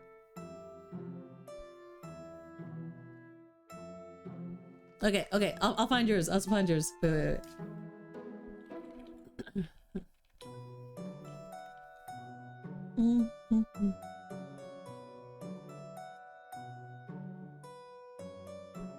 Let's see. Club Penguin. Where was you when Club Penguin died?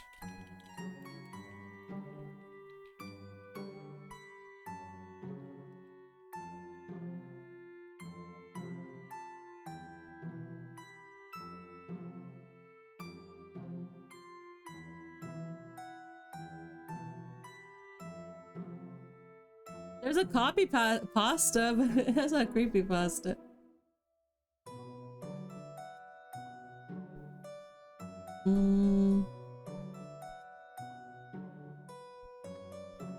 Okay, I found Club Penguin, the lost server.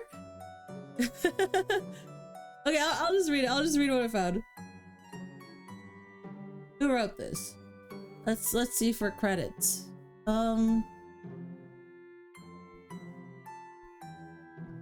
It doesn't have credits. That's weird. It was December and a very snowy evening. I eventually got bored, so I wanted to play some Club Penguin. I looked at the blog first because why not? I saw that there was testing a new they were testing a new server and they picked 5 penguins to test it. They were Gymnast 516, Chub Rocks, Alapal 12, Creamy Chill, Pikachu 7972. One of them was me, Pikachu 7972 to be exact. I was so excited, more excited than when I was picked to test the CPIP servers. I grabbed my laptop and flung onto my bunk bed. I logged in and scanned the screen to see the new server. I then saw a button with Aunt Arctic on it saying, to test the new servers, click this button. I clicked it and saw the new servers. Chili Willy, hot cocoa, chocolate, igloo, doom. One of them caught my eye, the doom one. Being the curious kid I was, I clicked it. Boy, what a mistake that was. I ended up in the dock and it was a very scary sight. There were dead bodies everywhere, penguins and their puffles. I already wanted to log off, but an orange pop-up came up and said, you haven't learned your lesson yet, Natalie. I was surprised they knew my real name. I clicked the OK button at the bottom. Just don't click it! Then it automatically took me somewhere. Loading server, loading video, loading, no escape. Then it was a video. I clicked on it. It started off with Rookie on a sunny day with all other CP mascots in grass. Rookie then sported a crooked smile and took out a pocket knife. He slowly walked to the others. Rookie slashed his pocket knife and slashed Agent G in half. Blood oozed everywhere. I covered my mouth to keep from vomiting. Rookie put his pocket knife aside and got a rifle and shot all others. Blood splattered on camera lens. Rookie then stomped on Candace's head, just in case she was dead. Just in case! Rookie stared at camera and said in a grim voice, you'll never get rid of me, Gretchen. No matter how hard you try, never! Then it went to static, and it started showing gruesome images, like Candace ripping her own eyes out, Agent G's head strung out on a dirty ceiling, and many others. I then got on my spare computer, and called my friend Jessica on Skype. It turns out she was playing CP2. She said, Natalie, it's nothing like that on CP. Go get some fresh air. She then fucked up. She fucked up? And I hung up and got some fresh air. Big mistake. Very big, bad mistake. I walked back in to see my family dead and blood writing on ceiling. You're next, Natalie. Never go on the supposed server. If you see it on your server list, quit CP forever, or else some bad things will happen.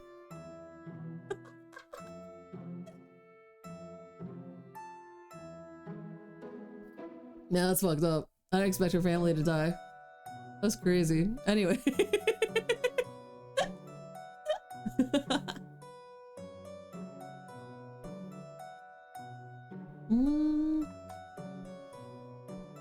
Alright, let's read the top most rated creepypasta. And then I think we could call it a night. Hey, I reached the 3-hour point. There we go. Okay. Let's end with the James Curry film written by Alex McIntosh. There is Smile Dog, which is 12 minutes. But how much is Russian Sleep Experiment? 12 minutes also? And Candle Cove is 8 minutes. Are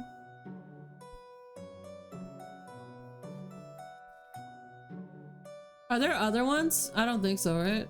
That are like famous that I'm missing out? Oh, I don't know. Man, I can't believe Ben Drowned is that long. That's crazy. Jeff the Killer reboot is rated higher than Jeff the Killer. Oh, Squidward Suicide Classic. I forgot about that one. Oh man. Oh man. I could be here all day. This is so weird.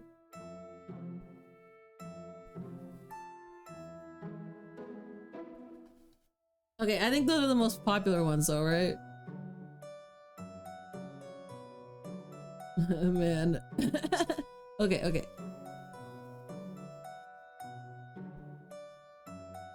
Oh, there's No End House, Robert the Doll. But Robert the Doll is an actual doll, isn't he? Oh my god, there's a lot of Jeff the Killer. It's not just one. That's crazy. Get out of here.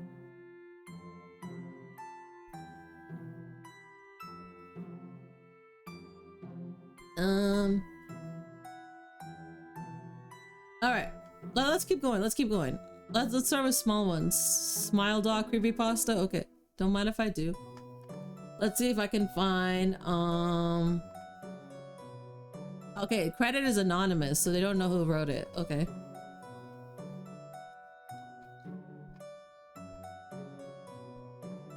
I first met in person with Mary E. in the summer of 2007. I had arranged with her husband of 15 years, Terrence, to see her for an interview. Mary had initially agreed since I was not a newsman, but rather an amateur writer gathering information for a few early college assignments, and, if all went according to plan, some pieces of fiction.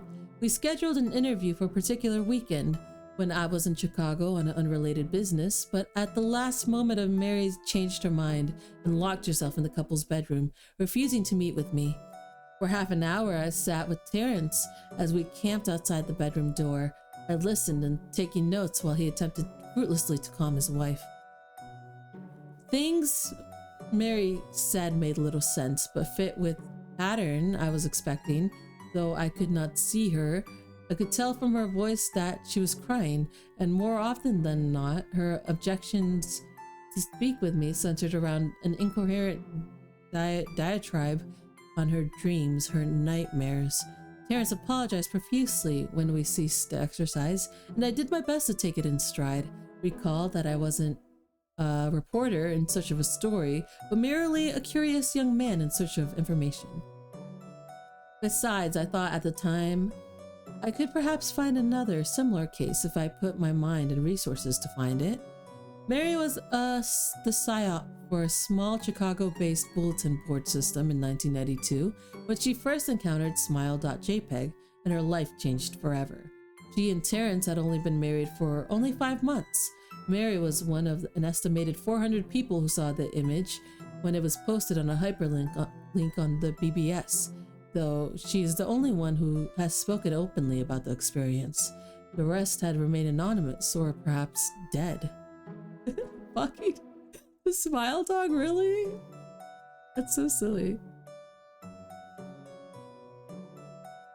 In 2005, where I was only in 10th grade, Smile.jpg was first brought to my attention by my burgeoning interest in web-based phenomena.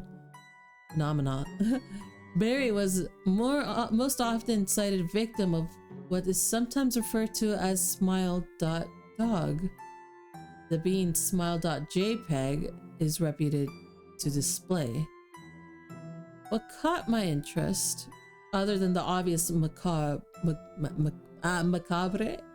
elements of the cyber legend and my proclivity towards such things, was the sheer lack of information, usually to the point that people don't believe it even exists other than a rumor or a hoax. It's unique because though the entire phenomenon centers on a picture file, that file is nowhere to be found in the internet. Certainly many photo-manipulated simulacra litter the web, showing up with most frequency on sites such as the image board 4chan, particularly the X-focused paranormal subboard. It is suspected these are fakes because they do not have the effect of the true Smile.jpg is believed to have, namely sudden onset, temporal lobe epilepsy, and acute anxiety. This portrait reaction in the viewers is one of the reasons the phantom-like Smile.jpg is regarded with such disdain, since it is patently absurd, though depending on whom you ask, the reluctance to acknowledge Smile.jpg's existence might be just as much out of fear as it is out of disbelief. Neither Smile.jpg nor Smile.dog is mentioned anywhere on Wikipedia, though the website features articles on such others, perhaps more scandalous shock sites, as Hello.jpg or Two Girls One Cup. Not Two Girls One Cup mentioned! Any attempts to create a page pertaining to Smile.jpg is summarily deleted by any of Encyclopedia's many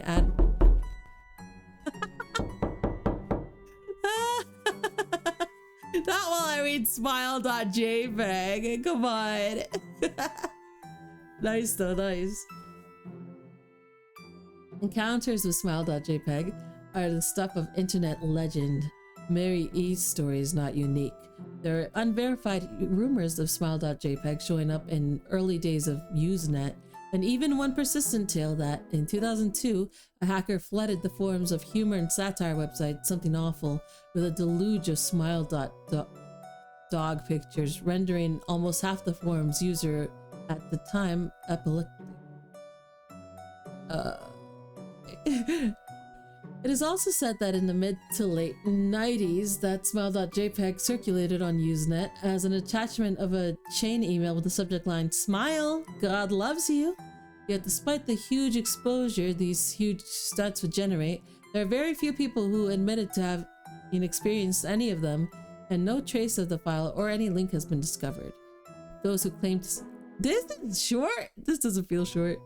Those who claim to have seen smile.jpg often weakly joke that they were far too busy to save a copy of the picture to their hard drive. Why would they do that? Why would they do that? However, all alleged victims offered the same description of the photo. A dog-like creature, usually described as the appearance similar to a Siberian husky, illuminated by a flash of cameras, sits in a dim room, the only background detail that is visible being human hands extending from the darkness near the left side of the frame. The hand is empty, but it's usually described as beckoning. Of course, most attention is given to the dog or dog creature, as some victims are more certain than others about what they claim to have seen.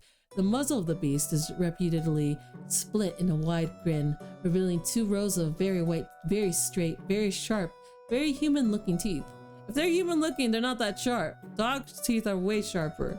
Also, I don't know why smiles are scary in horror stories all the time. Why are y'all afraid of people smiling? I don't get it.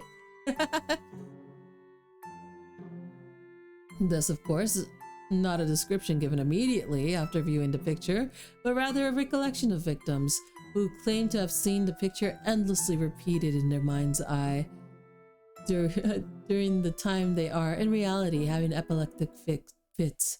These fits are reported to continue indeterminately, often while the victim sleeps, resulting in very vivid and disturbing nightmares. These may be treated with medication, though in some cases it is more effective than others. Mary E., I assumed, was not on effective medication. That was why after my visit to her apartment in 2007, I sent out feelers to several folklore and urban legend-oriented news groups, websites, and mailing lists, hoping to find the name of a supposed victim of smile.jpg who felt more interested in talking about his experiences. For a time, nothing happened at length. I forgot completely about my pursuits, since I had begun my freshman year of college and was quite busy. Mary contacted me via email, however, near the beginning of March 2008. Added by Moose Jews to jml.@something.com from Mary E. Mary E? There's no way that's her email. Subject, last summer's interview. Dear Mr. L, I am incredibly sorry about my behavior last summer when you came to interview me. I hope you understand that it was no fault of yours, but rather my own problems that led me to act out as I did. I realized that I could have handled the situation more decorously. However, I hope you will forgive me. At the time, I was afraid. It's smile.jpg. You see, for 15 years I have been haunted by smile.jpg. Smile.dog comes to me in my sleep every night. I know that sounds silly, but it is true. There is an ineffable quality of my dreams, my nightmares, that makes them completely unlike any real dreams I have ever had. I do not move and do not speak. I simply look ahead, and the only thing ahead of me is the scene from that horrible picture. I see the beckoning hand, and I see smile.dog. It talks to me. It is not a dog, of course, though I am not quite sure what it really is. It tells me it will leave me alone if only I do what it asks. All I must do, it says, is spread the word. That's how it's phrased, its demands, and I know exactly what it means. It wants me to show it to someone else. And I could. The week after my incident, I received in the mail a manila envelope with no return address. Inside was only a 3.5-inch floppy diskette. Without having to check, I knew precisely what it was on about. I thought for a long time about my options. I could show it to a stranger, a co-worker. I could even show it to Terrence, as much as the idea disgusted me. And what would happen then? Well, a Smile.dog kept its words. I could sleep. Yet, if it lied, what would I do? And who was to say something worse would not come to me if I did as the creature asked? So I did nothing for 15 years, though I kept the diskette hidden amongst my things.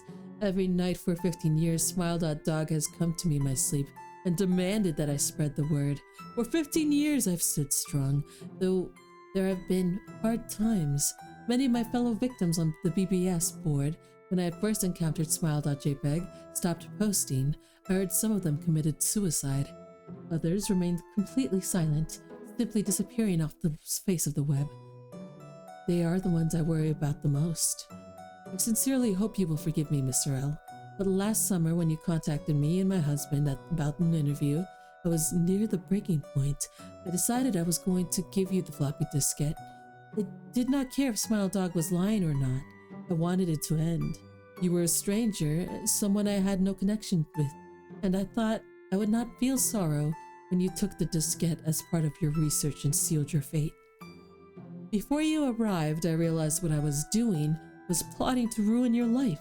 I could not stand the thought, and in fact, I still cannot. I'm ashamed, Mr. L. And I hope this warning will dissuade you from further investigation of Smile.jpg. You may in time encounter someone who is, if not weaker than I, then wholly more depraved, someone who will not hesitate to follow Smile.dog's orders. Stop while you are still whole. Sincerely, Mary E. Parents contacted me later that month with the news that his wife had killed herself.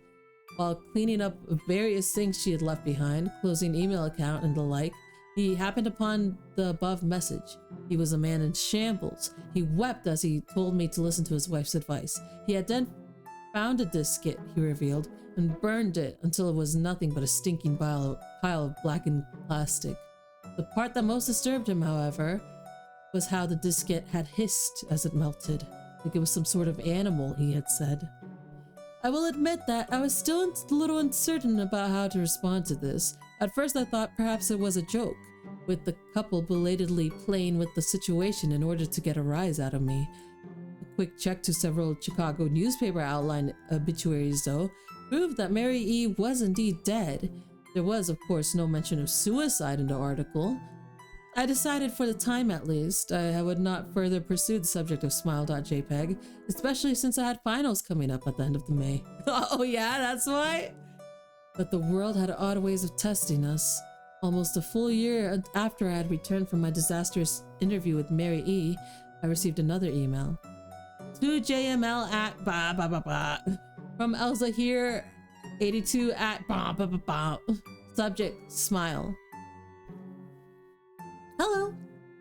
I had found your email address through a mailing list. Your profiles said you are interested in Smile Dog. I have saw it. It's not as bad as everyone says. I have sent it to you here. Just spreading the word, smiley face. The final line chilled me to the bone. According to my email client, there was one file attachment called Naturally Smile.jpg. I considered downloading it for some time. It was most likely a fake, I imagined, and even if it wasn't, I was never wholly convinced of Smile.jpg's peculiar powers. Mary E.'s account had shaken me, yes, but she was probably mentally unbalanced anyway. Don't talk about someone dead like that. After all, how could a simple image do what Smile.jpg was said to accomplish? What sort of creature was it that could break one's mind with only the power of the eye? And if such a thing was patently absurd, then why did the legend exist at all? If I downloaded the image, if I looked at it, and if Mary turned out to be correct, if Smile.dog came to me in my dreams demanding I spread the word, what would I do? Would I live my life as Mary had, fighting against the urge to give in until I died? Or would I simply spread the word, eager to be put it to rest?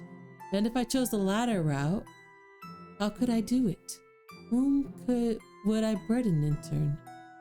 If I went through with my earlier intention to write a short article about Smile.jpg, I decided I could attach it as evidence, and anyone who would read the article, anyone who took interest, would be affected.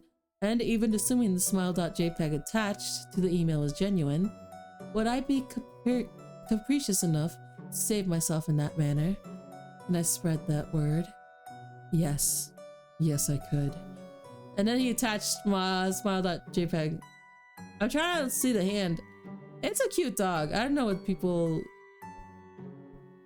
I don't know people's beef with it.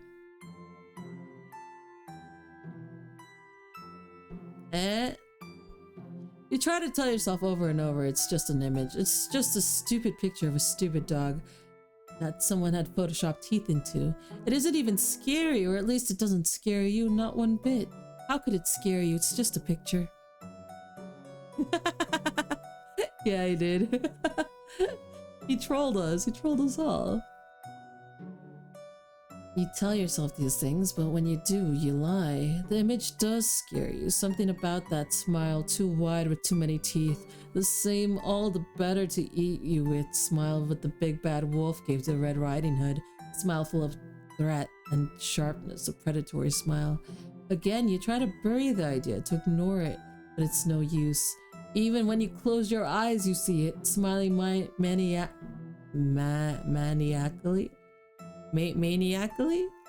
back at you, the eyes illuminated and searing, burning into your mind and your soul. You know right then you have to get rid of it, to pass the image on to someone else, to do as the thing says and spread the word. You know that you'll do these things because you must, because if you don't, you know that eventually he will pay you a visit. Has anyone tried to pet the dog? I'm just wondering. Red. All right, it's practically midnight. I don't really feel like reading Russian. The thing with Russian sleep experiment, Squidward suicide, they're like explaining things, and Candle Cove too. It's like explaining things. You're just supposed to go like I guess Candle Cove is kind of funny. It is 8 minutes, but it's 3 minutes. Okay, let's read. Let's look at Candle Cove. Wait. Who wrote it? Who wrote it? Where's your name?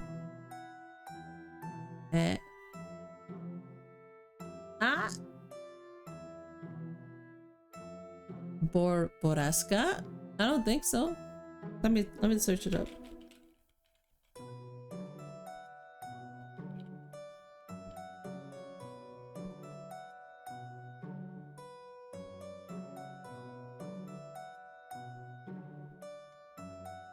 Whoa!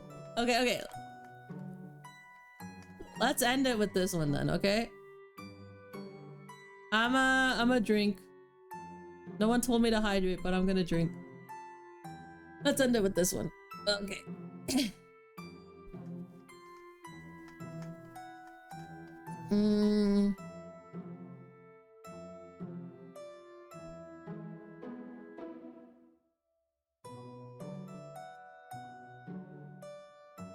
Okay, wait. I'm trying to see which one's longer. Alright. Let me read the top rated, like most highly rated story of creepypasta.com. It's called The James Curry Film. And then we'll finish off with Boreska. Does that sound good? That sounds good to me. Alright. The James Curry Film is written by Alex McIntosh. It is the highest rated creepypasta story. 9.14. Let's see. And then after that, I'll read Boreska. Okay. There's never a dull moment's drive. Scotland was, by definition, a beautiful country of inspiring scenery, majesty, and relentless weather. Elvie's old hatchback had taken a beating from the rain and protruding tree branches that flicked across the windshield on the stormy, dark night in late December of 1986. A single peppermint sweet flicked between her cheeks, and the imposing view of her desired destination made her belly knot up. Over the winding roads across the blackened slick of sodden fields, a great stately home rested just next to the shore of one of the world's most famous bodies of water, Loch Ness. The sole of Elvie's aching foot in her red leather boot pressed gently to brake the car into a squeaking halt, stopped in a large puddle created by the elements only the same day. The occasional bolt of lightning set an illumination that lit the entire landscape, the dark, busy water of the loch, the breaking trees, and the ancient ruins of Urquhart Castle could be seen across the water opposite to the Great Hall. She wiped the fog from her thick-rimmed glasses and leaned forward to observe the wrought iron gate that lay open. It seemed to invite her into the grounds, while two menacing stone grotesque heads gazed upon her, the creatures themselves resembling that of the elusive beast itself, the Loch Ness Monster. Outside the confines of the warm car, the wind screamed down in a rapturous gale. No stranger to extreme Scottish weather, she took a swig of something lukewarm from her plastic travel mug before exiting the car, grabbing a small leather satchel from the boot, and walking down the snaking gravel driveway towards the foreboding dark residence. Her grandfather used to tell her there's no such thing as bad weather, only bad clothing. He'd taken that from an old book of Scottish proverbs and lived firmly by it until his death. Her boots crunched the wet gravel and beads of heavy rain rolled off her hood. She noticed the old Victorian lamps that lit the driveway, coming in just next to the glistening wet, yet manicured lawns. 2 rooms on the ground floor of the sprawling place appeared to have lights on. One could be seen lit by the old-fashioned red and green of the bulbs that flickered from a Christmas tree. She thought it was a very similar sight to something that you would see in those Hammer horror flicks of the 1970s. Ivy tendrils crept up the walls, pointing to cracks on the roof. The sound of wind wailing and hissing from the shoreline could penetrate ears a mile away down the path. She grasped the antique iron knocker on the large oak door and banged 3 times. Her grandfather used to say it was the devil's 3. He had a superstition about evil coming in 3s. A gold plaque encrusted on the brick wall above the post box proudly read, "The Ordained Society of Loch Ness Monster Hunter." Is this the Loch Ness Monster? The stiffened hinges on the heavily constructed oak door groaned when it opened and presented a handsome bearded man in tartan checkered sweater and salt and peppered hat. He put Evie in mind of Sean Connery, only with more liver spots. He greeted her with a welcoming warmth. "Let's get ye inside out of the weather, young lass," he politely exclaimed. The wind whistled a gale inside the echoed hallway when the door slammed firmly behind her. She thanked her host and pulled back her hood to view her surroundings. "The drying room is just down the hallway." "Oh, the drying room is just down the hallway," the man said. "You can make yourself comfortable in there. Are you a smoker?" "No, I don't smoke," she said with an awkward smile, satchel gripped tightly to her hip. She removed her red coat and watched him place it on some Nessie-shaped hanger. Nessie-shaped hangers! I want that. By an umbrella stand. For a man in his 70s, he moved swiftly and energized. "Pity. I have some excellent cigars I just had arrived this morning from a friend in Nicaragua. Early Christmas present. I'll be with you in a minute. I must make a quick phone call." The wood creaked underneath his strong frame when he hurried down the hallway in his slippers. Evie walked down the opposing large hallway towards the lit room at the end, where the water from her sodden boots absorbed by each step of platter on the patterned carpet runner. Each wall sconce lighting the wood paneled entrance was decorated in dark green and red tinsel. The Yuletide merriment seemed like a facade to the dark history of this place that she questioned in her mind. Along each beautifully wainscoted wall were detailed wood carvings of the mysterious creature making its way towards the drawing room entrance. The ruby-tinged hardwood floor creaked with every step, even on the top of the carpet runner. The sheer grandeur of the place was imposing, and Evie tried not to feel vulnerable. Her prior research had suggested it was just the two of them to meet this evening, but with a place as vast as this, one could never be certain. Every room she passed along the way seemed to have shapes in them, shapes with eyes that watched her every move carefully. I'm gonna take a drink of water.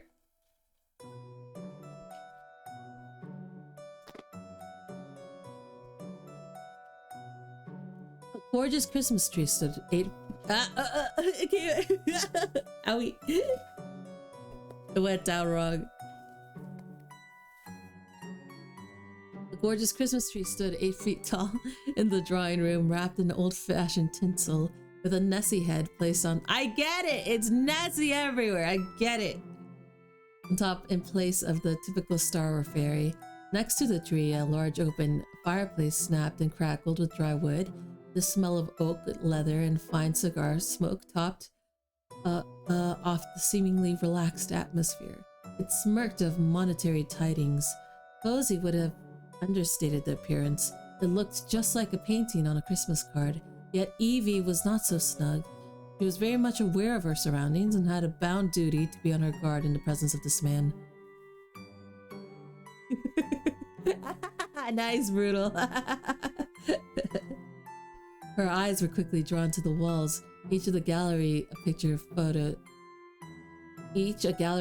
and photos with an air of mystery dedicated to the Society's supposed findings, black and white photography, art and newspaper clippings, and even what appeared to be a dried reptilian skin sample. A large bureau and a chair sat in one room of the room that featured a crystal whiskey decanter, and behind that a huge bay window with a wide view of the moonlit loch itself. Where is this going? It is Miss Gordon, I presume, the heavy voice inquired stoutly, and sent a chill through Evie when he entered the room behind her. It's Miss Grant, Evelyn Grant, she said. We've spoken on the phone earlier today. The man appeared to be taken aback. Very good. I'm Dr. Alistair McKendrick, he said, and offered a firm handshake that enveloped hers. I head the Society of the Ordained Society of Loch Ness Monster Hunters. Long title, I know, and I forget easily. More so in my old age. Is this really about Nessie? His charming smile did little to comfort her. She laid down her satchel next to the large leather couch and kept her smaller purse on her within reach of her cold hands. She chewed upon the remains of the bony mint in her mouth and swallowed before scanning the walls in the room and keeping a watchful distance from the man. Dr. McKendrick checked the antique clock on the wall and saw its ticking hands soon to be at the 11 o'clock chime. It's hard not to be captivated by this room, he said. It's my favorite in the entire headquarters, and as such, it is where I conduct most of my businesses. This room is the center, or rather the heart of the house. The mansion itself was donated to the organization by one of our benefactors, Lady Catherine Shaw. I tried to let its walls talk and tell the tales of exploits past. Evie's left eye vibrated slightly. Vibrated? Has your eye ever vibrated? When she saw the fingernails on her hands chewed down from the sheer nerves upon coming here, she feigned distraction, but the acute stressing tell was visible. That was until a curiosity did capture her interest on the wall. It was a large painting depicting the giant grayish-brown monster, facing down a priest whose expression was fierce and determined. She removed her glasses to wipe away the steam from the room's fiery warmth. What's this painting supposed to be, Doctor? She asked. The doctor scratched his beard with social satisfaction, and Evie caught sight of these healed, shaving cuts to his face. He loved telling stories, and being invited to enlighten people on a subject he knew everything about provided him with endorphins worthy of spending money on. This is the beginning of the monster's origins, he said. Saint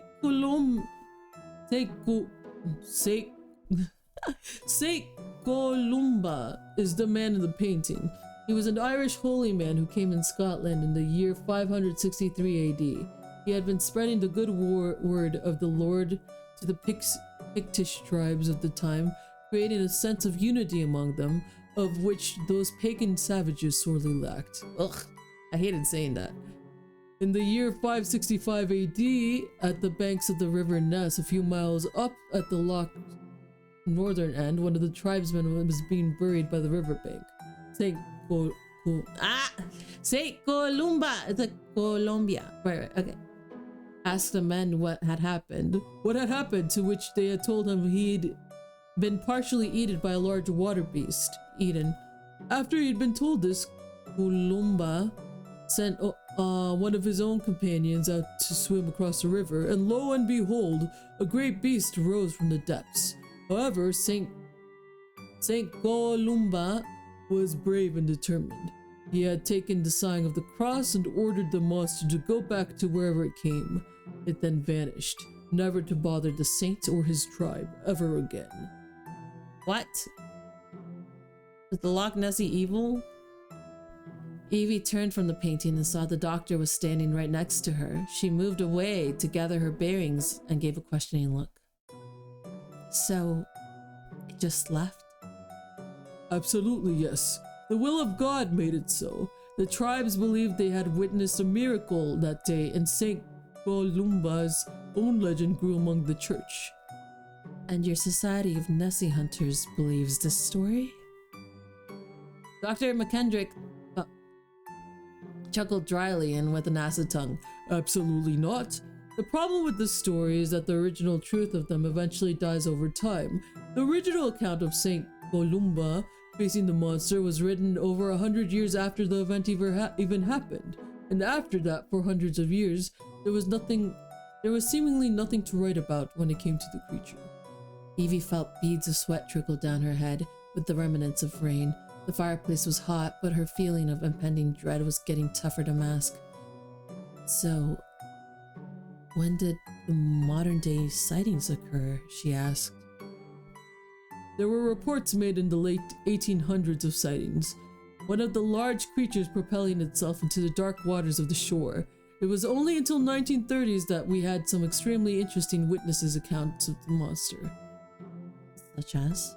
In 1933, George Spicer and his wife reported a dragon-like creature crossing the road in front of their motor car carrying a dead animal in its mouth. Then in 1934, a Mr. Arthur Grant described nearly hitting the creature while riding his motorbike down the same stretch of road. That's hilarious. The stretch of road being the same one you would have taken to come here tonight. The stretch of road was originally paved in 1933 and therefore has led to many sightings. Before then, nobody came handy to walking that close to the shore down this way. Mind you, like all the stories, the written reports can also be unreliable.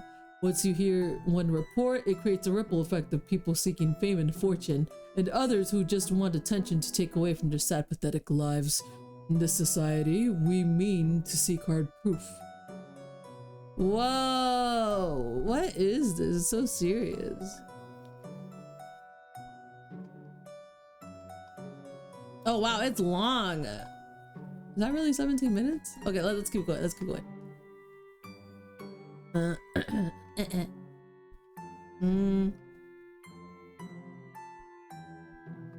Where am I? Where am I? Wait, sorry. I scrolled down to see how long it... He asked for proof. He asked for proof.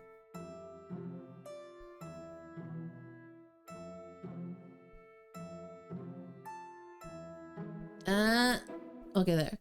The doctor kept his eyes locked onto Elvie as at every opportunity, chipping away at the stone wall.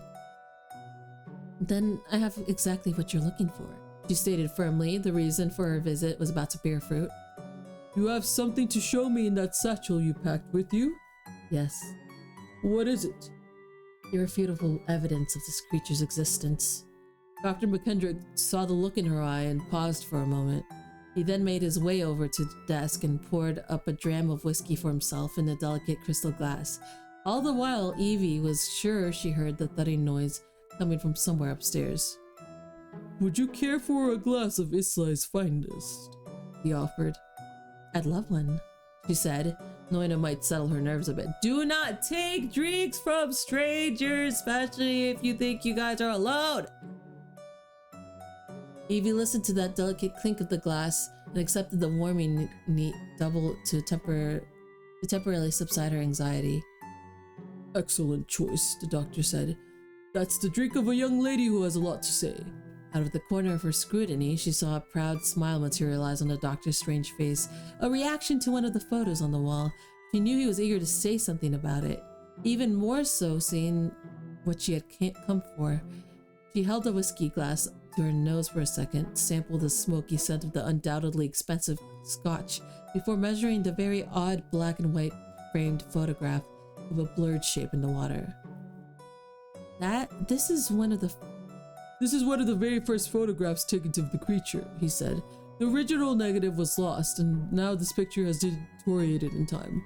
Nothing to get excited about anyway. Why is that? It's actually a close-up picture of an otter. The doctor spoke with an expression of harshness. Why is that so important then? Evie asked. The doctor didn't respond immediately. He was unreadable, almost as though the layers of warmth and hospitality were peeled back to reveal a mold behind a wallpaper, a dirty, disgusting ruination. Instead of answering the question, she watched his finger point to the next gold frame on the photograph on display. This next one I'm sure you're aware of. It was the first photograph to show the creature's full head and neck above the surface. Evie placed her whiskey glass on the small table next to the couch and rubbed her eyeglasses once again. She had recognized the image immediately of the infamous surgeon's photograph, a classic fake taken in 1934. Why the doctor would mention these fakes to her in such a fashion made her skin crawl, almost to build up something else. That's when she heard the thud come from upstairs again. Doctor, what's that noise coming from upstairs? Elvie's tone was nervous. The look on his face was like a man possessed with pure animosity.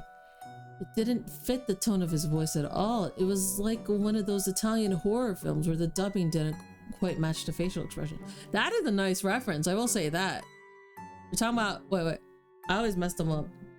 Gelatos? What are they called? The Italian horror films. I don't think it's gelatos. What is it? I always think it's gelatos. No. Gelato. Oh, it is gelato.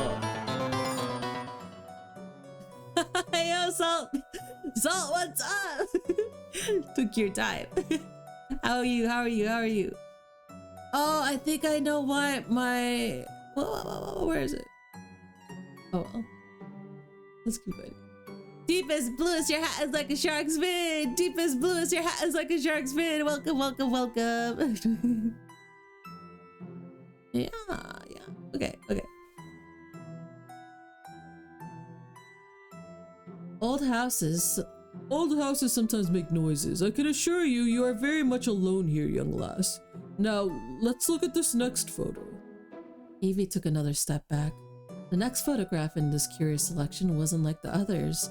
Not only was it in color, but it was also very clear, appearing alongside a wooden deck chair of sorts on a stony beach by the water, was a crystal clear shot of the monster.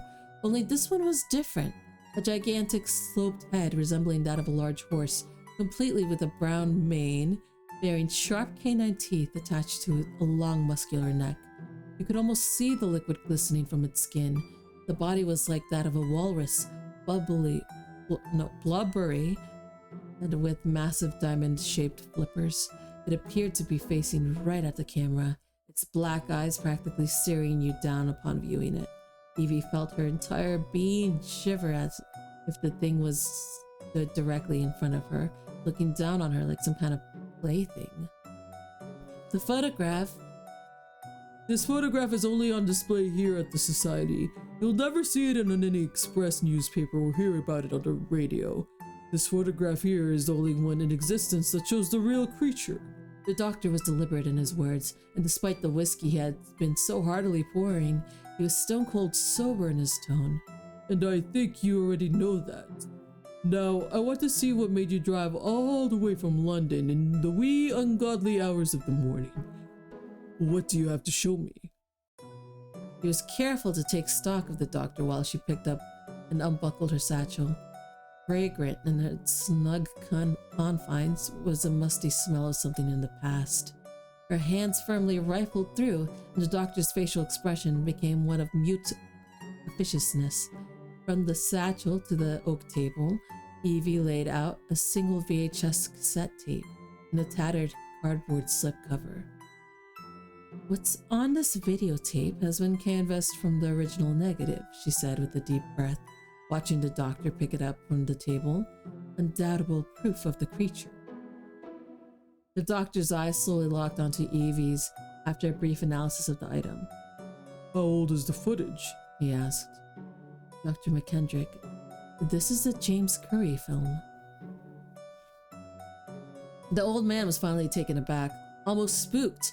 In a reversal of moods, Evie noticed the reaction and felt her confidence grow in seconds despite the fear she harbored. The doctor's esoteric mannerisms were hard to predict. Evie was brought back to nightmare of her uncle when his dementia in later life caused violent outbursts. This, teamed with the noises she heard coming from upstairs, caused her to keep her hand firmly lodged next to her purse in defense. The James Curry film is a myth, the doctor stated. Doctor, you're heading an organization dedicated to the lake monster. I hope you realize the irony in that statement. The doctor seemed like a man used to having his own way for so long that he would barely see the rug pulled from underneath his feet. Well said, little miss, he said. It's just that Mr. James Curry was a byproduct of the local newspaper desperate for a story. Evie smiled assuredly.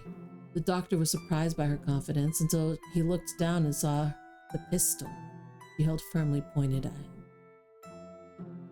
Tell me the whole story. Enlighten me, she said, wide-eyed.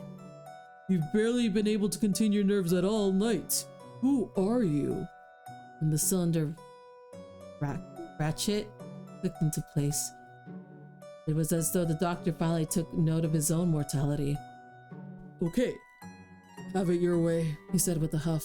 This is what we know here at the Society. The Aberdeen Evening Express published a story about a bank manager named Mr. Curry supposedly having captured video footage of the creature in the 1930s.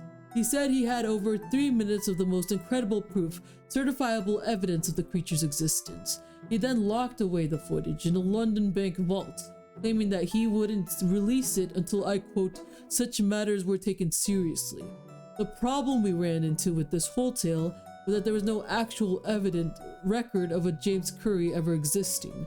The article said he'd been dead over 20 years, but there was no trace of a James Curry at any bank in London. The whole article was filled with irregularities. That's because his name wasn't really James Curry, Evie said solemnly with a growing intensity in her movement. I got the original footage from a bank vault in a Great Portland Street, London. The vault was my grandfather's. His name was John Douglas. The doctor's mouth seemed to drop along with his eyes, drawing recollection. Evie's expression had become one of deep-rooted anger. In about 10 minutes, the other members of the society will be here, he said firmly, and my staff upstairs won't be too happy getting awoken by gunshots. Evie stood her ground. Let's watch the tape, shall we, Doctor? The video cassette slid comfortably into the mouth of the whirring tape player. The doctor's thick, shaking fingers struggled momentarily to find a channel. Evie's heart raced like a fluttering hawk moth. The glass screen on the hefty television loaded into play and bestowed a line of graininess to the sudden clear and disturbing black and white, silent first image. The doctor let out a sharp breath while Evie ordered him to not take his eyes off the screen. The image opened to display the beach at the edge of the loch. A bit of a flare showed the bright, sunny and silhouette and imposing face of Urquhart Castle visible in frame. It would have made a lovely postcard image if it wasn't for the movement on the rocks in front of the water. The unsettling contour of a bare-skinned woman laid down bound and blindfolded, evidently screaming her lungs out. 3 minutes of evidence, Doctor. With the screaming woman laid just before the lock, a large disturbance appeared in the water, turning the liquid a rolling white color. Seconds after, an enormous horse-like head emerged from the lake and slowly moved towards the shoreline. The shallower the water, the more the creature appeared on screen, and before long the frightening giant was fully revealed and realized in all its monstrous size. The monster appeared to analyze the woman for a moment until under its rasping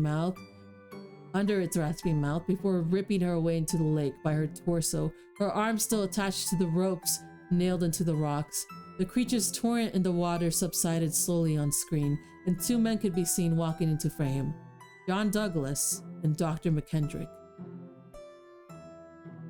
The tears that streamed her cheeks paled in comparison to the eternal rage that festered. This dark country trip had changed from one of discovery to one of astute vengeance. "I have to say," she said, "you've aged incredibly well. Unnaturally so." The television screen buzzed to the view of the tape static, and Dr. McKendrick turned to face Elvie with his hands up where she could see them.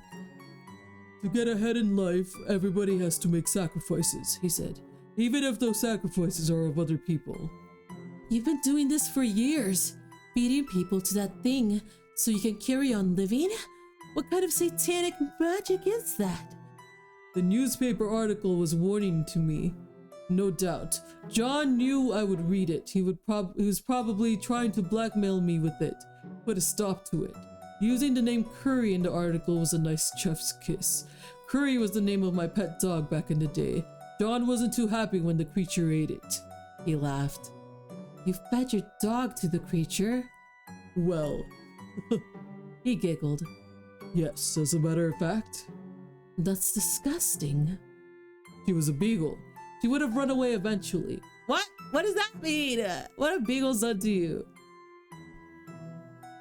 "Besides, I learned from her that animal sacrifice offers no benefits in terms of a long life. To truly preserve the aging process, you must use people.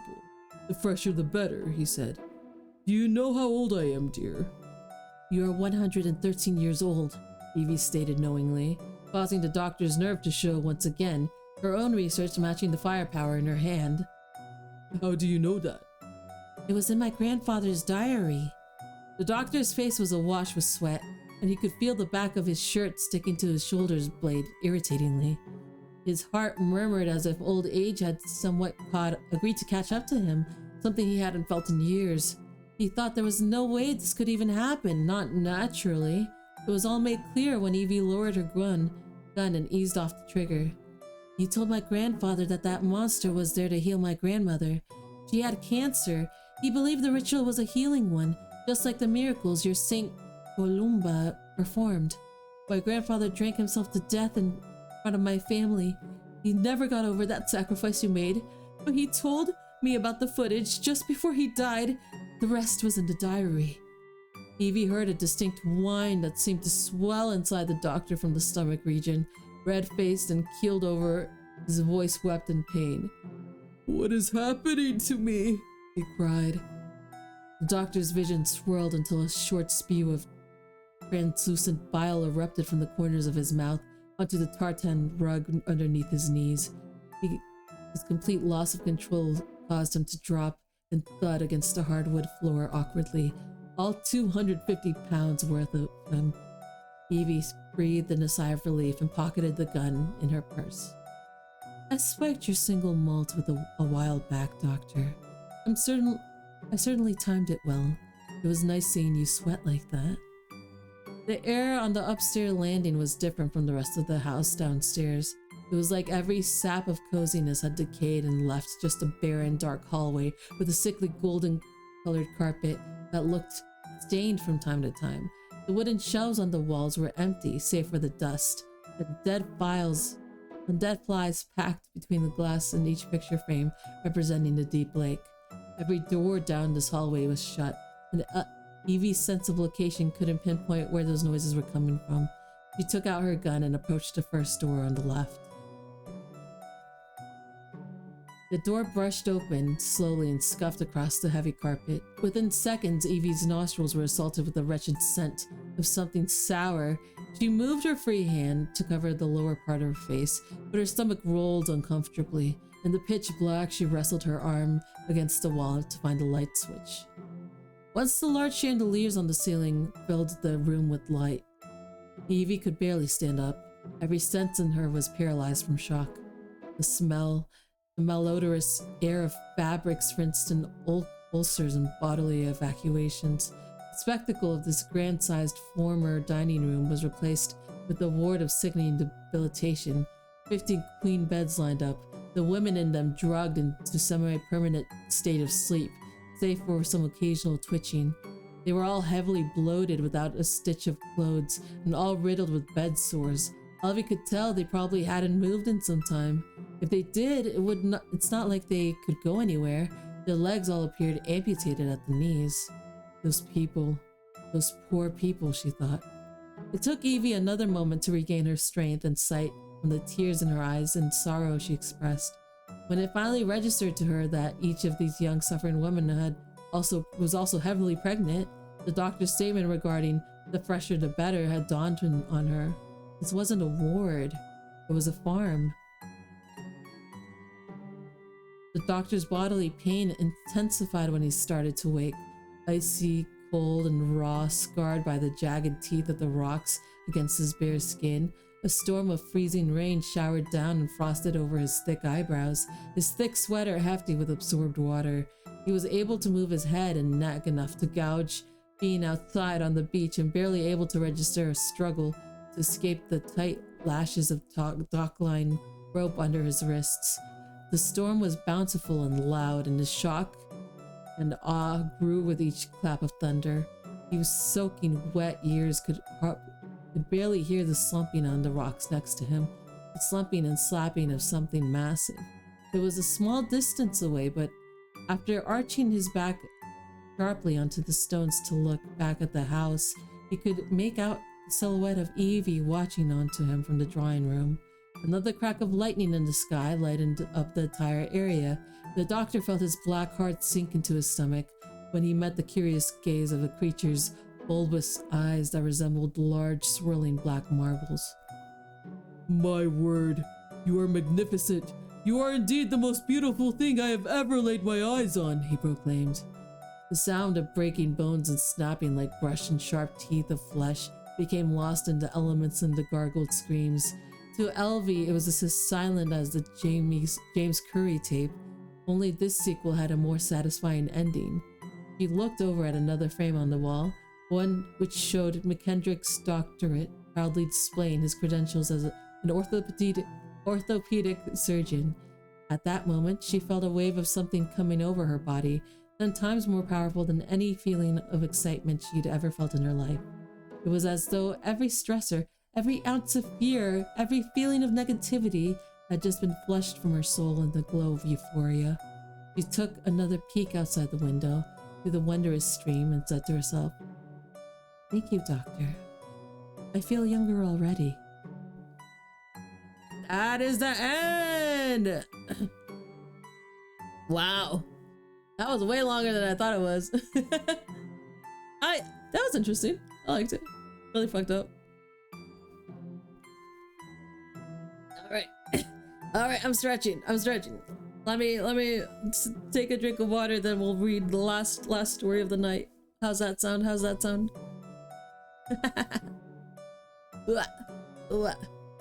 Last story of the night, let's go. Borrasca! Vamos, borrasca!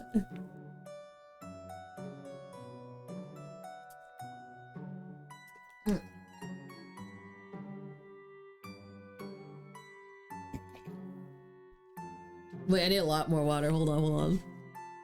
That one took me out. No way, is it that long? 3 hours? I hope not.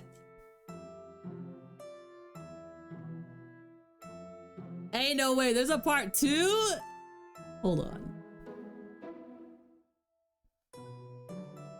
Okay, let's save it for next Wednesday then. That's crazy. Oh yeah, it's okay. Yeah, let's save it for next Wednesday then. That's crazy. I almost started it. Yeah. Let's settle for a Boraska read along next Wednesday. Does that sound good? Yeah. I didn't know it was that long.